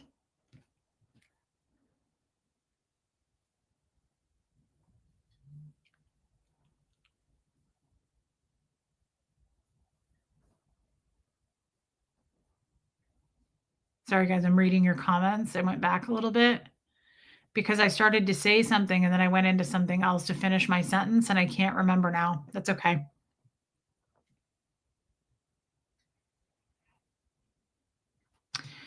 Did you know before you got married that you would have to sell yourself? Sell yourself meaning become something that was not true. That's a good question. I think that I was starting to see it. I think I started to become aware of it, going, yes, to those jester parties. We got together in late May, June, and I went to my first jester party in December. It was a Christmas party, and it was the top of the line, like just nothing I'd ever seen. It was very, they rented this like huge, massive ballroom type, like, um, the wives were just chiseled and like some of them weren't. I mean, some of them were much older, but like very put together and money, right? You could tell money, money, money. And I had not been really around anything like that before. I've been around people with money, but yeah, very swanky. And I think I knew Timark because that was the party I went to where the guy, one of the most dirty, dangerous jester men, vile, right? Close friend of Jeff's, his wife was at this party. He and his wife were there, and she was like 8 months pregnant. She was just this cute little thing. And she looked so cute in her gown, having a pregnant belly. And I met all the people there. And her back was turned, and her husband, the guy, came up and just grabbed my ass. And he put his like lips on my ear and he was like, "You're really sexy." And I was like, "Oh my God, that was too far. That was way too much for me." And hey, West Coast Fancy, I had just met the guy and his wife like an hour before that. And yes, Time Market was. It was so, I knew the answer to your question is yes. I knew that I was selling my soul a little bit at that point. After attending a few of those parties, and being silenced and like told what I'm going to do, what I'm going to say, not to do that. It just there was a set of rules that we had to abide by, and those men started groping and grabbing me quite a bit at those parties. And I think the reason for that, it's not because I'm so hot. The reason for that, do I remember what I was wearing?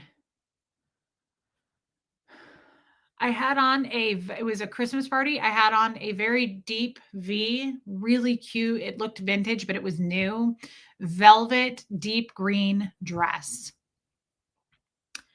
And it had sleeves like to here. It looked very vintage. It looked very like from the 50s. and it was deep and it had like a cute, it brought my waist in and then it went out. Like it was like a full skirt dress at the bottom. It was like to my knees. I did not wear a gown to my feet. I think those kinds of parties you're supposed to wear like a floor length gown. I never did because I'm so short in the legs. You have to get that shit altered. So I wouldn't do that. Um,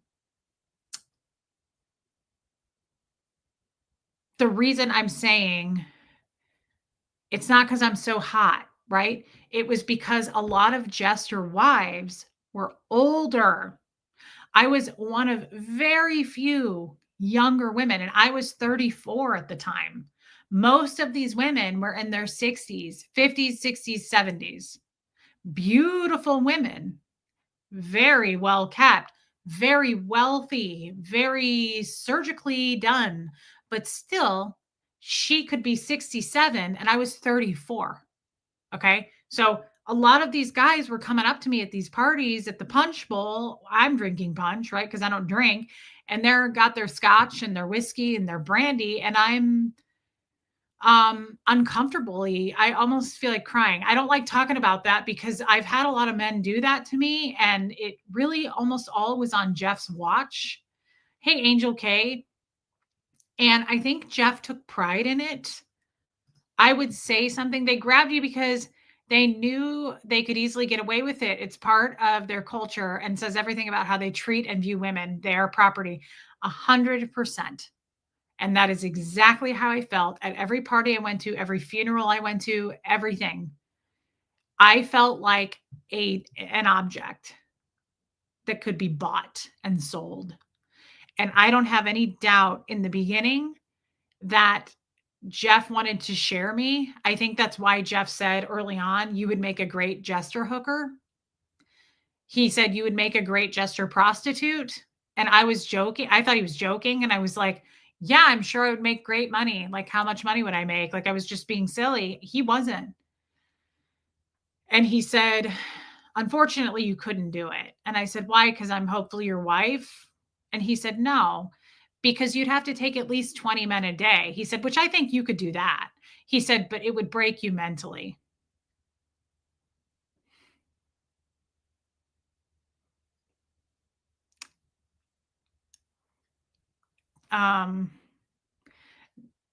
There's so much wrong with what I just said, right? There's so much wrong with what I just said. It would break me mentally, as it should, right? Nobody should have to do that. It's really gross to take 20 men per day at a party and just be passed around. And he said I would do great. He's like, you'd be great. I remember, I'll never forget Jeff saying this. He said, you would be perfect at this. He said, because they would love you, your personality. He said, but they love your body. They would love your body. He was like, they would love your little blonde, zesty personality. And I was like, holy shit. I am married to this. You have no idea. I was saying this to someone today. My biggest weaknesses, and I'll just come out and say it, in a relationship, and I've worked on this with my therapist, I've worked through this enough to learn who I am. My biggest weaknesses are I cannot feel rejected or abandoned. I cannot stomach that. Hey, Jamie Palmer, it's very hard for me if I start to feel abandoned by you, rejected, or not protected by you. That's a thing for me. I need to feel in the relationship with a man, I need to feel very much like I am protected by you. You will protect me. And so that started early on. When that guy first grabbed my ass and did that to me, I felt abandoned by Jeff. I felt so unprotected by him. I told him what happened. And he was like, really? And I said, yeah. I was like shaking. I have had instances in the past where men have aggressively, I had a guy, Brian, what is from Gene? I was at work one time and I told you guys this, but it was a Saturday at the senior living place. And I was getting ready to be done with my shift. And Saturdays, there was no other staff except me. I ran the front desk and everything because no one really worked on Saturdays. We were only open shorter hours. And this guy was a resident's son. And I'd known him the whole time. He was the sweetest guy. He was probably, his name was Henry. He was probably 50 at the oldest. He was not old. It was a resident's son, not a resident. And I went to take all the trash out before I left, and the trash room was off the kitchen and it was very secluded. There were no cameras there. And this guy comes strolling past me and just it happened so fast. And he grabbed me and he shoved me up against the wall to where my face was facing the wall and my back was to him. And I was shaking. I am not, I don't react probably like physically when stuff happens. Like when the guy grabbed my ass, I didn't do anything. I froze. And so he, yes, Brian, he pushed me up against this wall. He was much bigger than me. I couldn't move. And I was like, I was freaked out, right? I just remember this happened in seconds. It was over. But I was like, what's going on? My mind was reeling because I knew this guy. It wasn't like a stranger. I knew this guy. He'd never done anything like this. And he put his mouth on me, on this ear. He put his mouth on my ear and he went, "Stay still." It was the creepiest fucking, like the way you could tell he was talking through his teeth because that's what it sounded like. And he went, "Stay still." And I was so freaked the fuck out by that happening to me. That happened before any of the jester stuff had ever happened, that I'm weird about men. I'm very weird about men because um they can be very aggressive, right? And they can overpower you very quickly. And it doesn't mean I don't like men, but having gone through that, and I don't mean gone through it, I realized it wasn't really anything. It's not like anything happened. He didn't do anything. Somebody came walking out. The elevator went ding, and it was getting ready to open, and he let go of me, and he started walking. And I reported, of course, all of this, and they didn't really do much about it, but I reported it. So, guys, it's all fine. Like nothing major happened there. I don't want to know what would have happened. I don't know if he would have like drugged me off into the trash room. I don't know. Thank God that elevator did what it did. The point is, fast forward to this jester party, and I don't take I don't, not saying that women do, but I don't take it as a compliment when a guy comes up that you don't know and grabs you on the ass. That is so everything in your mind as a woman for me twists and goes, what is happening right now in this moment? I'm not a woman anymore. That's how I felt. I was like, I'm like a piece of furniture. I'm an object to this person. Like it's terrifying. It's so serial killery. I don't know how we got into this topic, and I apologize that we did. But my mind just starts like racing, right? My mind starts racing. It's not sexy. It's not, and I'm not saying anybody thinks it is, Brian, right? Like I'm not saying it is, but like I immediately like I freeze up and I freak the fuck out. I go into like panic mode. My mind just starts like twirling. And it happened to me so many times with Jeff. So many times. That same guy that grabbed my ass did that to me 2 more times. He did it at one other party and he did it at a funeral. And then another guy, we went to a place in Missouri for a Masonic thing. And we got there and we drove there and I wasn't ready for the party. And we showed up and I had pigtails. And I had to go up and get dressed and change. And I just looked shitty because we had driven in the car and I wasn't all dressed up, right? He grabbed like hard, dude. He has since passed away. Grabbed my pigtail. I didn't know this fucking guy. And he went, again, mouth right to my ear. Like, I think probably predators do that so no one else hears you. And he said, those pigtails remind me of a schoolhouse girl, and I like it. And I was like, what the fuck? Who do you think you are to grab a human without their when I see you guys in public, I always say, "Can I hug you?" Like, I want to. Trust me, I want to. I want to climb all over most of you and go, "Please, can we hug?" But I am not going to grab anybody's body, male or female, without saying, "Is it all right if I hug you?" Some people don't want to be touched, right? It is so creepy to do that. It is so out of like any kind of normal behavior. And so I guess I don't feel like we got off topic because honestly, yeah, it's predatorial. It's very predatorial. And every time, so this hurts the most because I was married to Jeff and Fred would have beat the shit out of somebody. Fred would have never allowed that. He would have never. I remember one guy came up to us at a table at a Cracker Barrel and he was flirting with me. And Fred was cool, but it went on for like 2 minutes. And Fred finally went, "All right, pal, move along." I think the guy didn't know Fred was my husband. He probably thought he was my great grandfather. But Fred just said, he was like, "That's enough, dude. Time to go." Like, yeah, they don't see you as a person, Julie. Is it because they thought you were the hired help? I have no fucking idea what they thought, Brian, and it doesn't matter, right? Like, it's weird how often that happened with on Jeff's watch. It happened numerous times and it broke my fucking heart. I could actually put up with the ass grabbing. What I couldn't put up with was telling my husband, who did not protect me in any way, shape, or form. I would say it in the car on the way home. I'd say it when we went up to the hotel if we were staying for that party. And I would say, "Hey," a couple of times I cried. I couldn't even wait to tell him because I was so freaked out. I started bawling. And he was like, "Whoa, whoa, whoa." A couple of times he said to me, "This is so fucked up." Well, I didn't see it.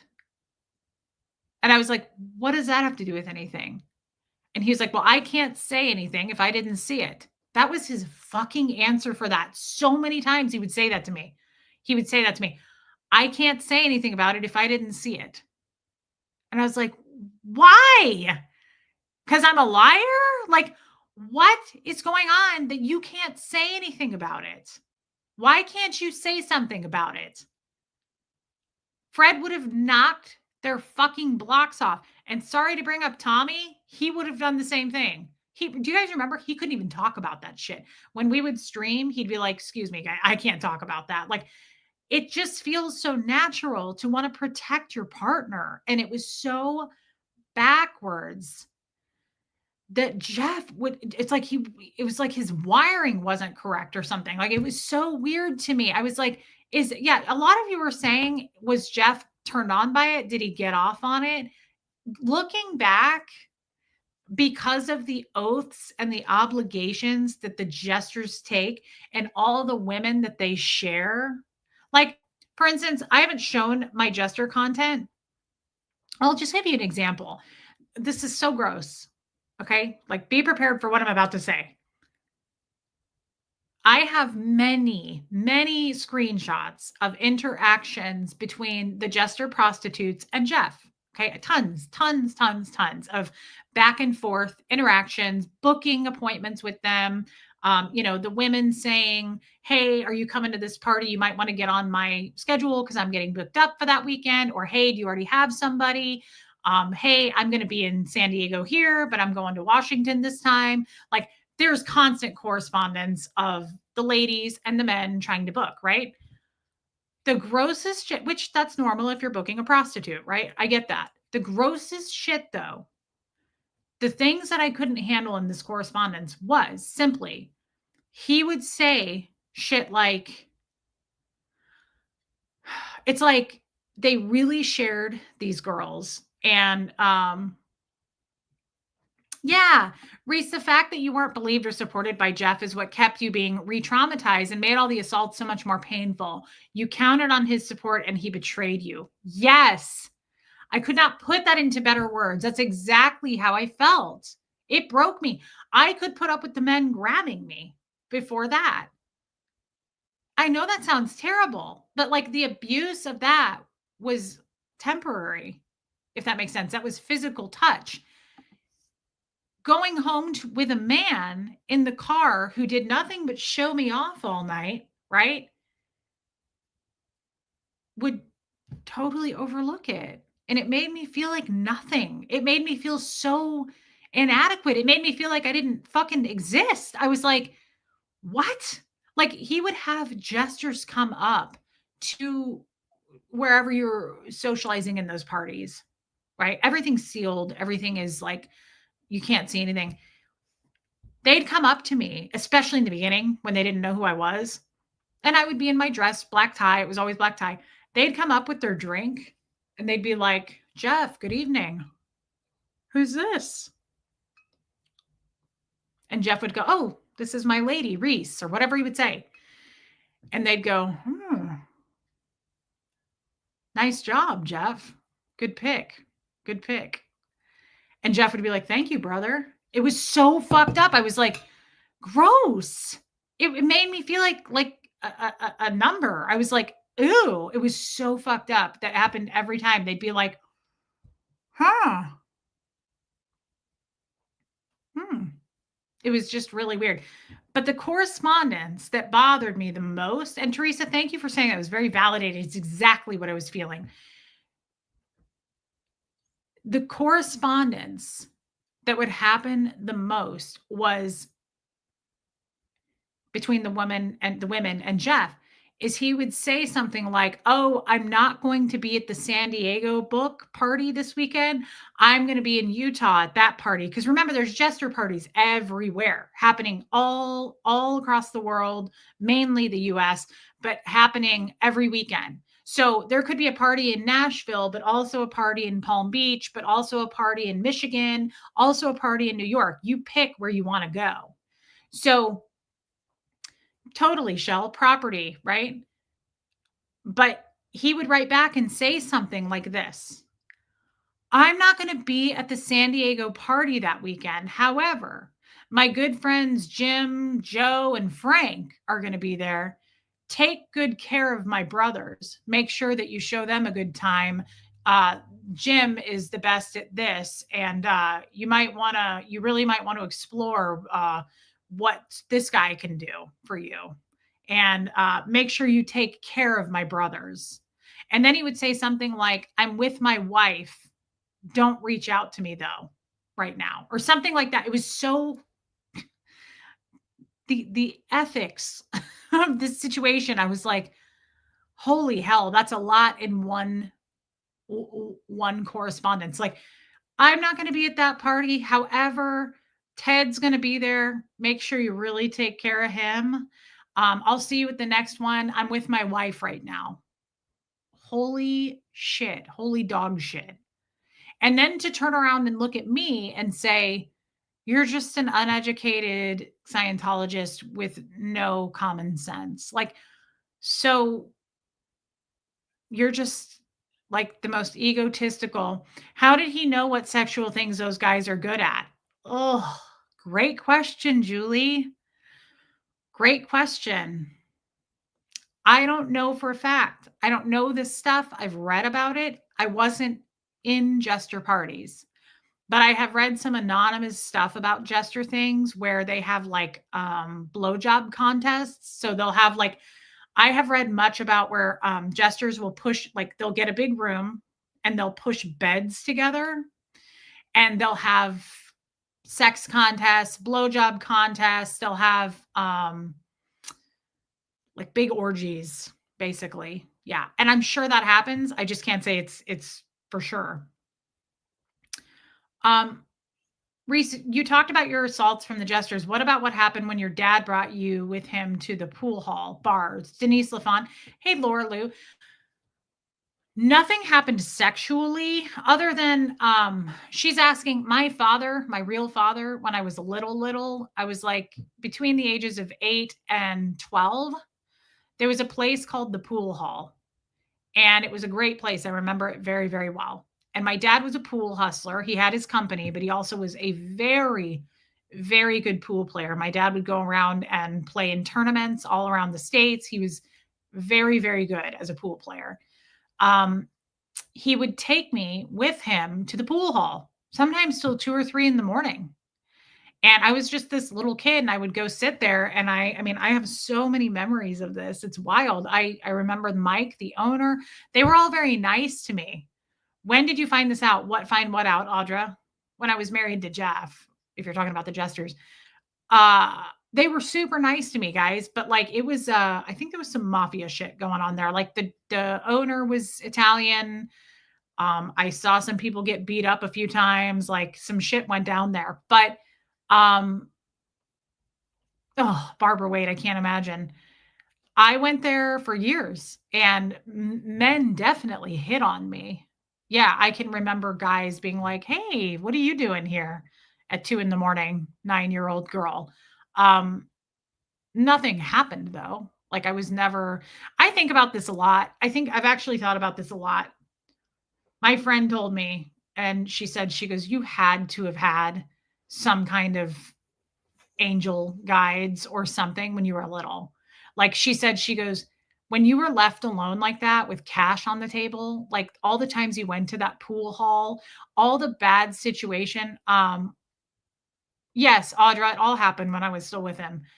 Um, she was like, "You had to like, how did no predator see when you were left alone for 3, 4, 5 days at a time at the age of 8, 9, home alone, walking to and from school?" Like, she's like, "How did no one notice that and not take advantage of that?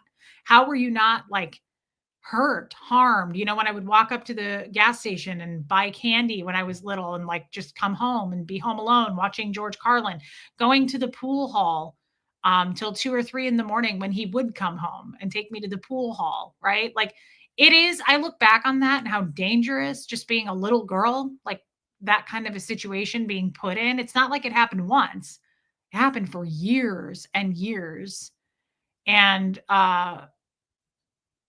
I'm very grateful for that, and that's another reason that I'm glad, um, that I will say I'm not making this weird, but um, I feel like I've been introduced to God. This was in Omaha, Timark, Nebraska. I feel like I have a relationship with God now, and I feel like I always did, but I was never allowed to in Scientology. I just got this, like, message a while back of, like, "You never got to know who I am, but I've always known you." Like now you can open up the door to questions that you may have, things like that. But I definitely feel and I'm grateful every day and I think about that, like how lucky that I was safe. How was I kept safe? Even going and being on staff at the Church of Scientology at 14, sleeping with a 24-year-old man, smoking cigarettes all the time, walking the streets of Kansas City at that age. The reason I say that is because we had a Dianetics center that was away from the Church of Scientology. It was a couple of miles away in downtown Kansas City. I had to walk to and from the org to do I was constantly in trouble in ethics, so I had to walk to the Dianetics Center to, like, chip paint off the walls, repaint the walls, we had to wash the walls, we had to scrub the floors, like, we were redoing it, and I remember being 14, 15 years old with my pack of cigarettes by myself, walking from 39th and Broadway in Kansas City all the way down to Westport, which was a long walk for me to be doing that. I would do it at night. I would do it back and forth all the time. And I go back thinking about that and I'm like, somebody was watching out for me. Hey, Franklin, like somebody was watching. I never got, hey, Kelly, I got very lucky there. I feel very, yeah, Grandma Sunshine Dragon. I just look back and I think I could have been kidnapped. I could have been raped. I could have been assaulted, like all of those things being a young girl, not a woman, a girl, right? In that pool hall. Yeah, Julia,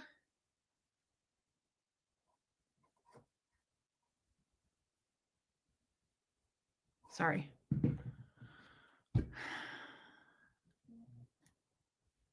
I don't know what I'm trying to say. And I know that this got dark and I apologize that this got dark, but yeah, I just feel I look back on that and I just think this could have um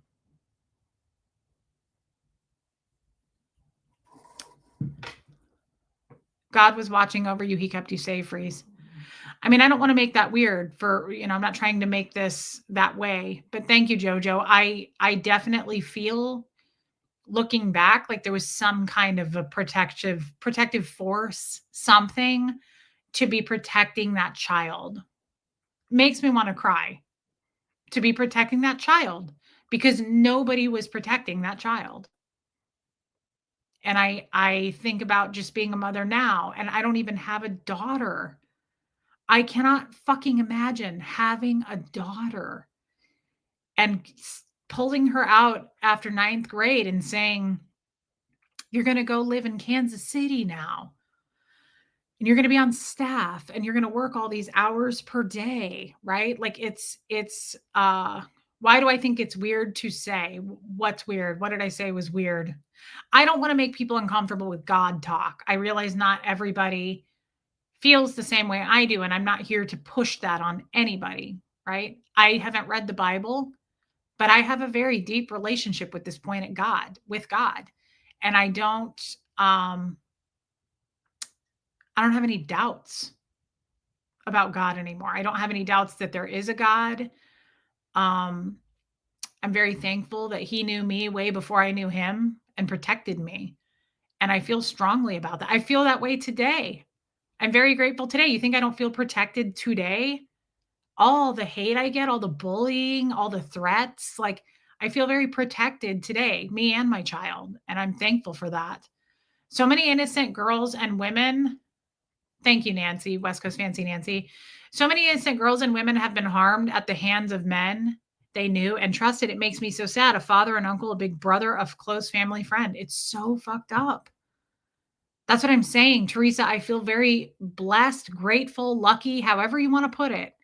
I feel very sad for the women that were, or the girls that were abused, attacked, and I was not. And I was, for some reason, spared. Now, I was sleeping with a 24-year-old man, which I guess you would call statutory rape, right?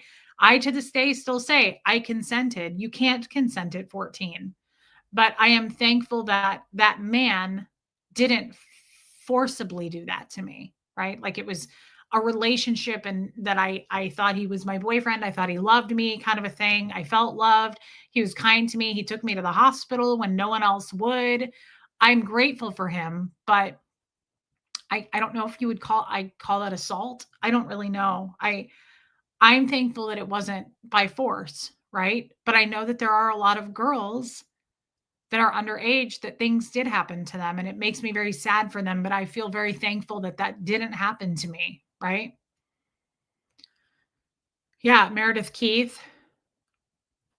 I would never push my faith on anyone. I am not ashamed of my relationship with God, but will not ever push it. I love all. Yeah, that's how I feel. I am so excited and happy about my relationship with God. I really love it. But it is personal. I don't have to run around talking about it either. Like I feel secure in it. I feel like he's doing really good things for my life and helping me. And I pray more comfortably with God. I never feel comfortable with the word prayer yet, but I talk to God regularly. I talk to Fred a lot too, and I consider Fred a messenger of God. But I feel very confident in my relationship with God. I do. And I wasn't raised in religion and I never read the Bible, but I feel too many things, too many messages, and I've just been through a lot with God. We see abuse differently as we age as a way to protect ourselves and our memories. Your assaults may not have been violent, but it doesn't make them any less acceptable. That's great. That's true. I think so many things. That's why I would never want to go back to my 20s, Teresa, because I have learned so much. I would never trade what I know now, and I can't wait to know even further down the road. But you're right. We do see things differently as we get older, and it's through experience, right? Um, no one's uncomfortable around you, Buffy. Don't worry. We love you. Abuse was normalized. You got lucky enough that the guy you were with wasn't a full-on predator. Yes. You can tell you are not comfortable with publicly talking about God. That's interesting. I'm not because I only know what I know with my relationship with God. It's not like I could sit here and quote the Bible. I can't tell you what you want to hear when it comes to God. It's not, I mean, I could quote LRH all day for you and say LRH says this, LRH says that, just like you guys can do that with the Bible. I only know what I know in my talks with God. I haven't sat down really and talked to many other people about God. I love Abigail's scriptures. I have a pretty deep conversation with Liz Tricks about that, but I don't feel comfortable because I'm not educated on the topic of God. And I also don't want anyone to feel uncomfortable on the topic of God, right? I don't want to make anyone feel left out. I don't want to make anyone feel like, well, I don't want to talk about God. That's not what I'm here for. I have to say though, I really enjoy talking about God. I like my messages I receive from God, and I like talking to God. I pray for peace, right? Julia, thank you so much for your super chat, babe. I love you. I hope to see you tomorrow. Yeah, Trisha Kelly. And luckily, most everyone in here is very supportive of that. I'm not saying like I had a bad experience here, but I also want to be respectful of everyone else. And it's kind of like what I was saying about the sex talk, right? I don't want to push people's boundaries there. I enjoy talking about it, but I want to be careful at the same time. I have had a couple of people reach out to me and say like, Reese, there is no God. That's a slippery slope. Don't fall into another cult. All of it's bullshit. And I'm like, that is the most rude thing to say. I would never cross that line. It's like the motherhood thing. It's like my enemy who makes videos, our lady enemy, she talks about Huxley now and me and how he should be embarrassed to go places with me as a mother. Isn't that just off limits? Isn't that just like an unspoken thing that we don't trash other people as parents? I thought it was. That's the same thing with God. That's insane to me. How dare you say, like, there isn't one, right? Like, this is just another cult. Like, what the fuck are you doing? That's not your place. And it shows how entitled you are. Says you're going to come to me and say, there is no God, right? Let me figure shit out on my own. Thank you. That's all I ask these days of anybody. You may have a strong opinion about something and I will hear it, but let me fall on my face, please. Please let me do what I'm going to do. Let me think for myself. If you think it's wrong, you think it's wrong. If you think it's a cult, you think it's a cult. But still, like, I'm not asking, right? I think it's too much. Like, it's so overstepping boundaries to tell me whether or not there's a God. Get out of here. Um, Let me ask you this. Would you care if we don't agree with a romantic relationship you were in? Probably not, right? So your personal relationship with God is your relationship. We don't have to agree. Yes, time mark, absolutely. No, I don't. I don't care. I don't mean that in a bad way. I don't care. I'm not asking for people's approval on my relationship with God or a relationship that I'm in romantically. Like you can hate that person all day long, but at the end of the day, it's not something I'm going to worry about. Yeah, I love that. Let's stay in our own lanes and let us drive the car in our own journey. I just want to be able to make my mistakes without people saying, "Uh-oh, you're going to make that mistake." Thanks, Time Mark. Yeah, it's not asking too much. Mind your business. What do you care if somebody believes in God? What do you care if somebody's gay? What do you care if somebody is Catholic? Like, what? Like, that's what I hate about the hate channels. I'm going to spread the truth about Reese. What do you care how I live my fucking life? Mind your business. You look crazy, right? I like that. Relationships are between the people involved. And I made the mistake. That's true and it's not true. I made the mistake, live and let live, Shell. I made the mistake of making my relationship public on YouTube. I will never do that again. The next relationship I enter, I'll never fucking do that again. You won't know who it is. And even if you found out, right?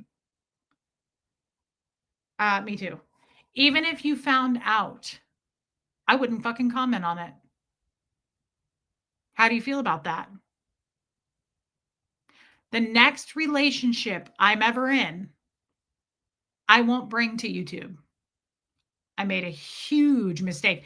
And it's my mistake, by the way. It is my mistake. I made every detail of that relationship public. I should have never done that. That's not your fault. But now I've created this monster of people who think I'm entitled to everything you do. I'm entitled to everybody you have sex with. I want to know what's going on between you and Tommy. What'd you guys talk about? You'll never know. You'll never know. I could marry Tommy tomorrow. That's just to start rumors. I'm making it extreme for these reasons on purpose. I could marry that dude tomorrow. And I don't know if that's public record or not public record or whatever. Let's say it is public record. And you guys posted all over Reddit and you're like, hey, I saw you married Tommy. Back to business. I'm not ever going to share. I might marry that other dude I have a crush on. What's his name? Gronk. I'm not going to share that ever again. It was a huge mistake. It's not for public consumption. I love my life on YouTube, but a lot of current life details or future details, we're just not going to go there. That's what I'm saying, Shelly. Okay, so marriage is public record. Audra in Denver. Hey, Susan Cook. Marriage is public record. Feel free to look that shit up if I get married one day. I won't care and I won't comment on it. Because while I made it your business in the past, it won't be in the future. Unfortunately, it just won't because it fucks me so badly. And it's my own doing. It's not your fault. It's my fault. It's my own doing for putting it out there. You will. I was trying to say something, but I'm apparently a Luddite. I don't know what that means. I see lots of myself in you, young you, which I'm not sure is a compliment. I hope you come to the Zoom tomorrow. I'd love to chat with you about that, Julia. I love you, girl. Thank you for your super chat. You love who you want to love. Anyone that questions or judges that can say it with me. Here's the thing, though. There's some truth to that, but not quite. It's hard for me to say love who you want to love. Otherwise, go fuck yourself. That's not entirely fair. I made it your business. I made my entire relationship your business. The good and the bad. I showed it all. That wasn't cool. I'll never do that again to any guy, any man that I go forward with, right? It's not cool to put it all out there. Thank you, Jojo. Reese, I think it's a beautiful thing that you want to keep a future relationship away from this stream. You are entitled to your own process and privacy. We are not. Yes. Thank you, Shannon's Journey. And thank you for saying that, Teresa. I appreciate it, guys. It's not like I'm in a relationship, right? But even if I am, you won't know. Sadly, I don't want to talk about it. Maybe one day I would. It's just, I've learned that lesson. I flew way too close to the sun. Luddite or Luddite is someone who isn't good with technology. Interesting. I've never heard of it. I thought it was what vintage jewelry is made out of. I thought I had a Luddite bracelet. Bow beads. This is a great question. Do you think we could have a separate video about God? It could have a moving warning, banner, verbal warning at the beginning. I'd love to do that. Trisha Kelly, that's a lucite. Okay, yeah, you're right. That's a great idea. And I could put it in the title so that people who don't want to hear about it won't. They don't want to come. That's a great idea. And I may do that with like a sex stream too, is put like Bakelite. Yeah. A sex stream where same thing, like you already know what it's about. So don't come if you don't want to listen. That's a great idea. Kestrel, I will update you on that. Hey, Crafty Carrie. I love that. I think you deserve some privacy if that's what you want. It's not that I even want it. It's just what's best. My God, I nearly destroyed myself and another person. It's too many opinions. There's too many opinions. Even now, there's people going, I fucking hate that. And people going, I'm so glad that you guys had a conversation. There's too many opinions. There's too many, whatever, knives in the fire. A sex stream. Yes. Thank you, Geoplanet Jane. With new technology, says Julie, in my case being somewhat impaired. Understood. Do you want us to list our triggers? I bet we would all have them in the same pile, Mark. Interesting, Rain. I love that kind of jewelry. But guys, we went over 2 hours. I want to say thank you. This was kind of a weird stream. We went all over the place, but I feel like we covered some good ground. I'm sorry if I upset anybody. It was kind of heavy of a topic, but it's a topic that's worth talking about because I think it's like last night. It was heavy, totally different topic, but it's important to highlight these things.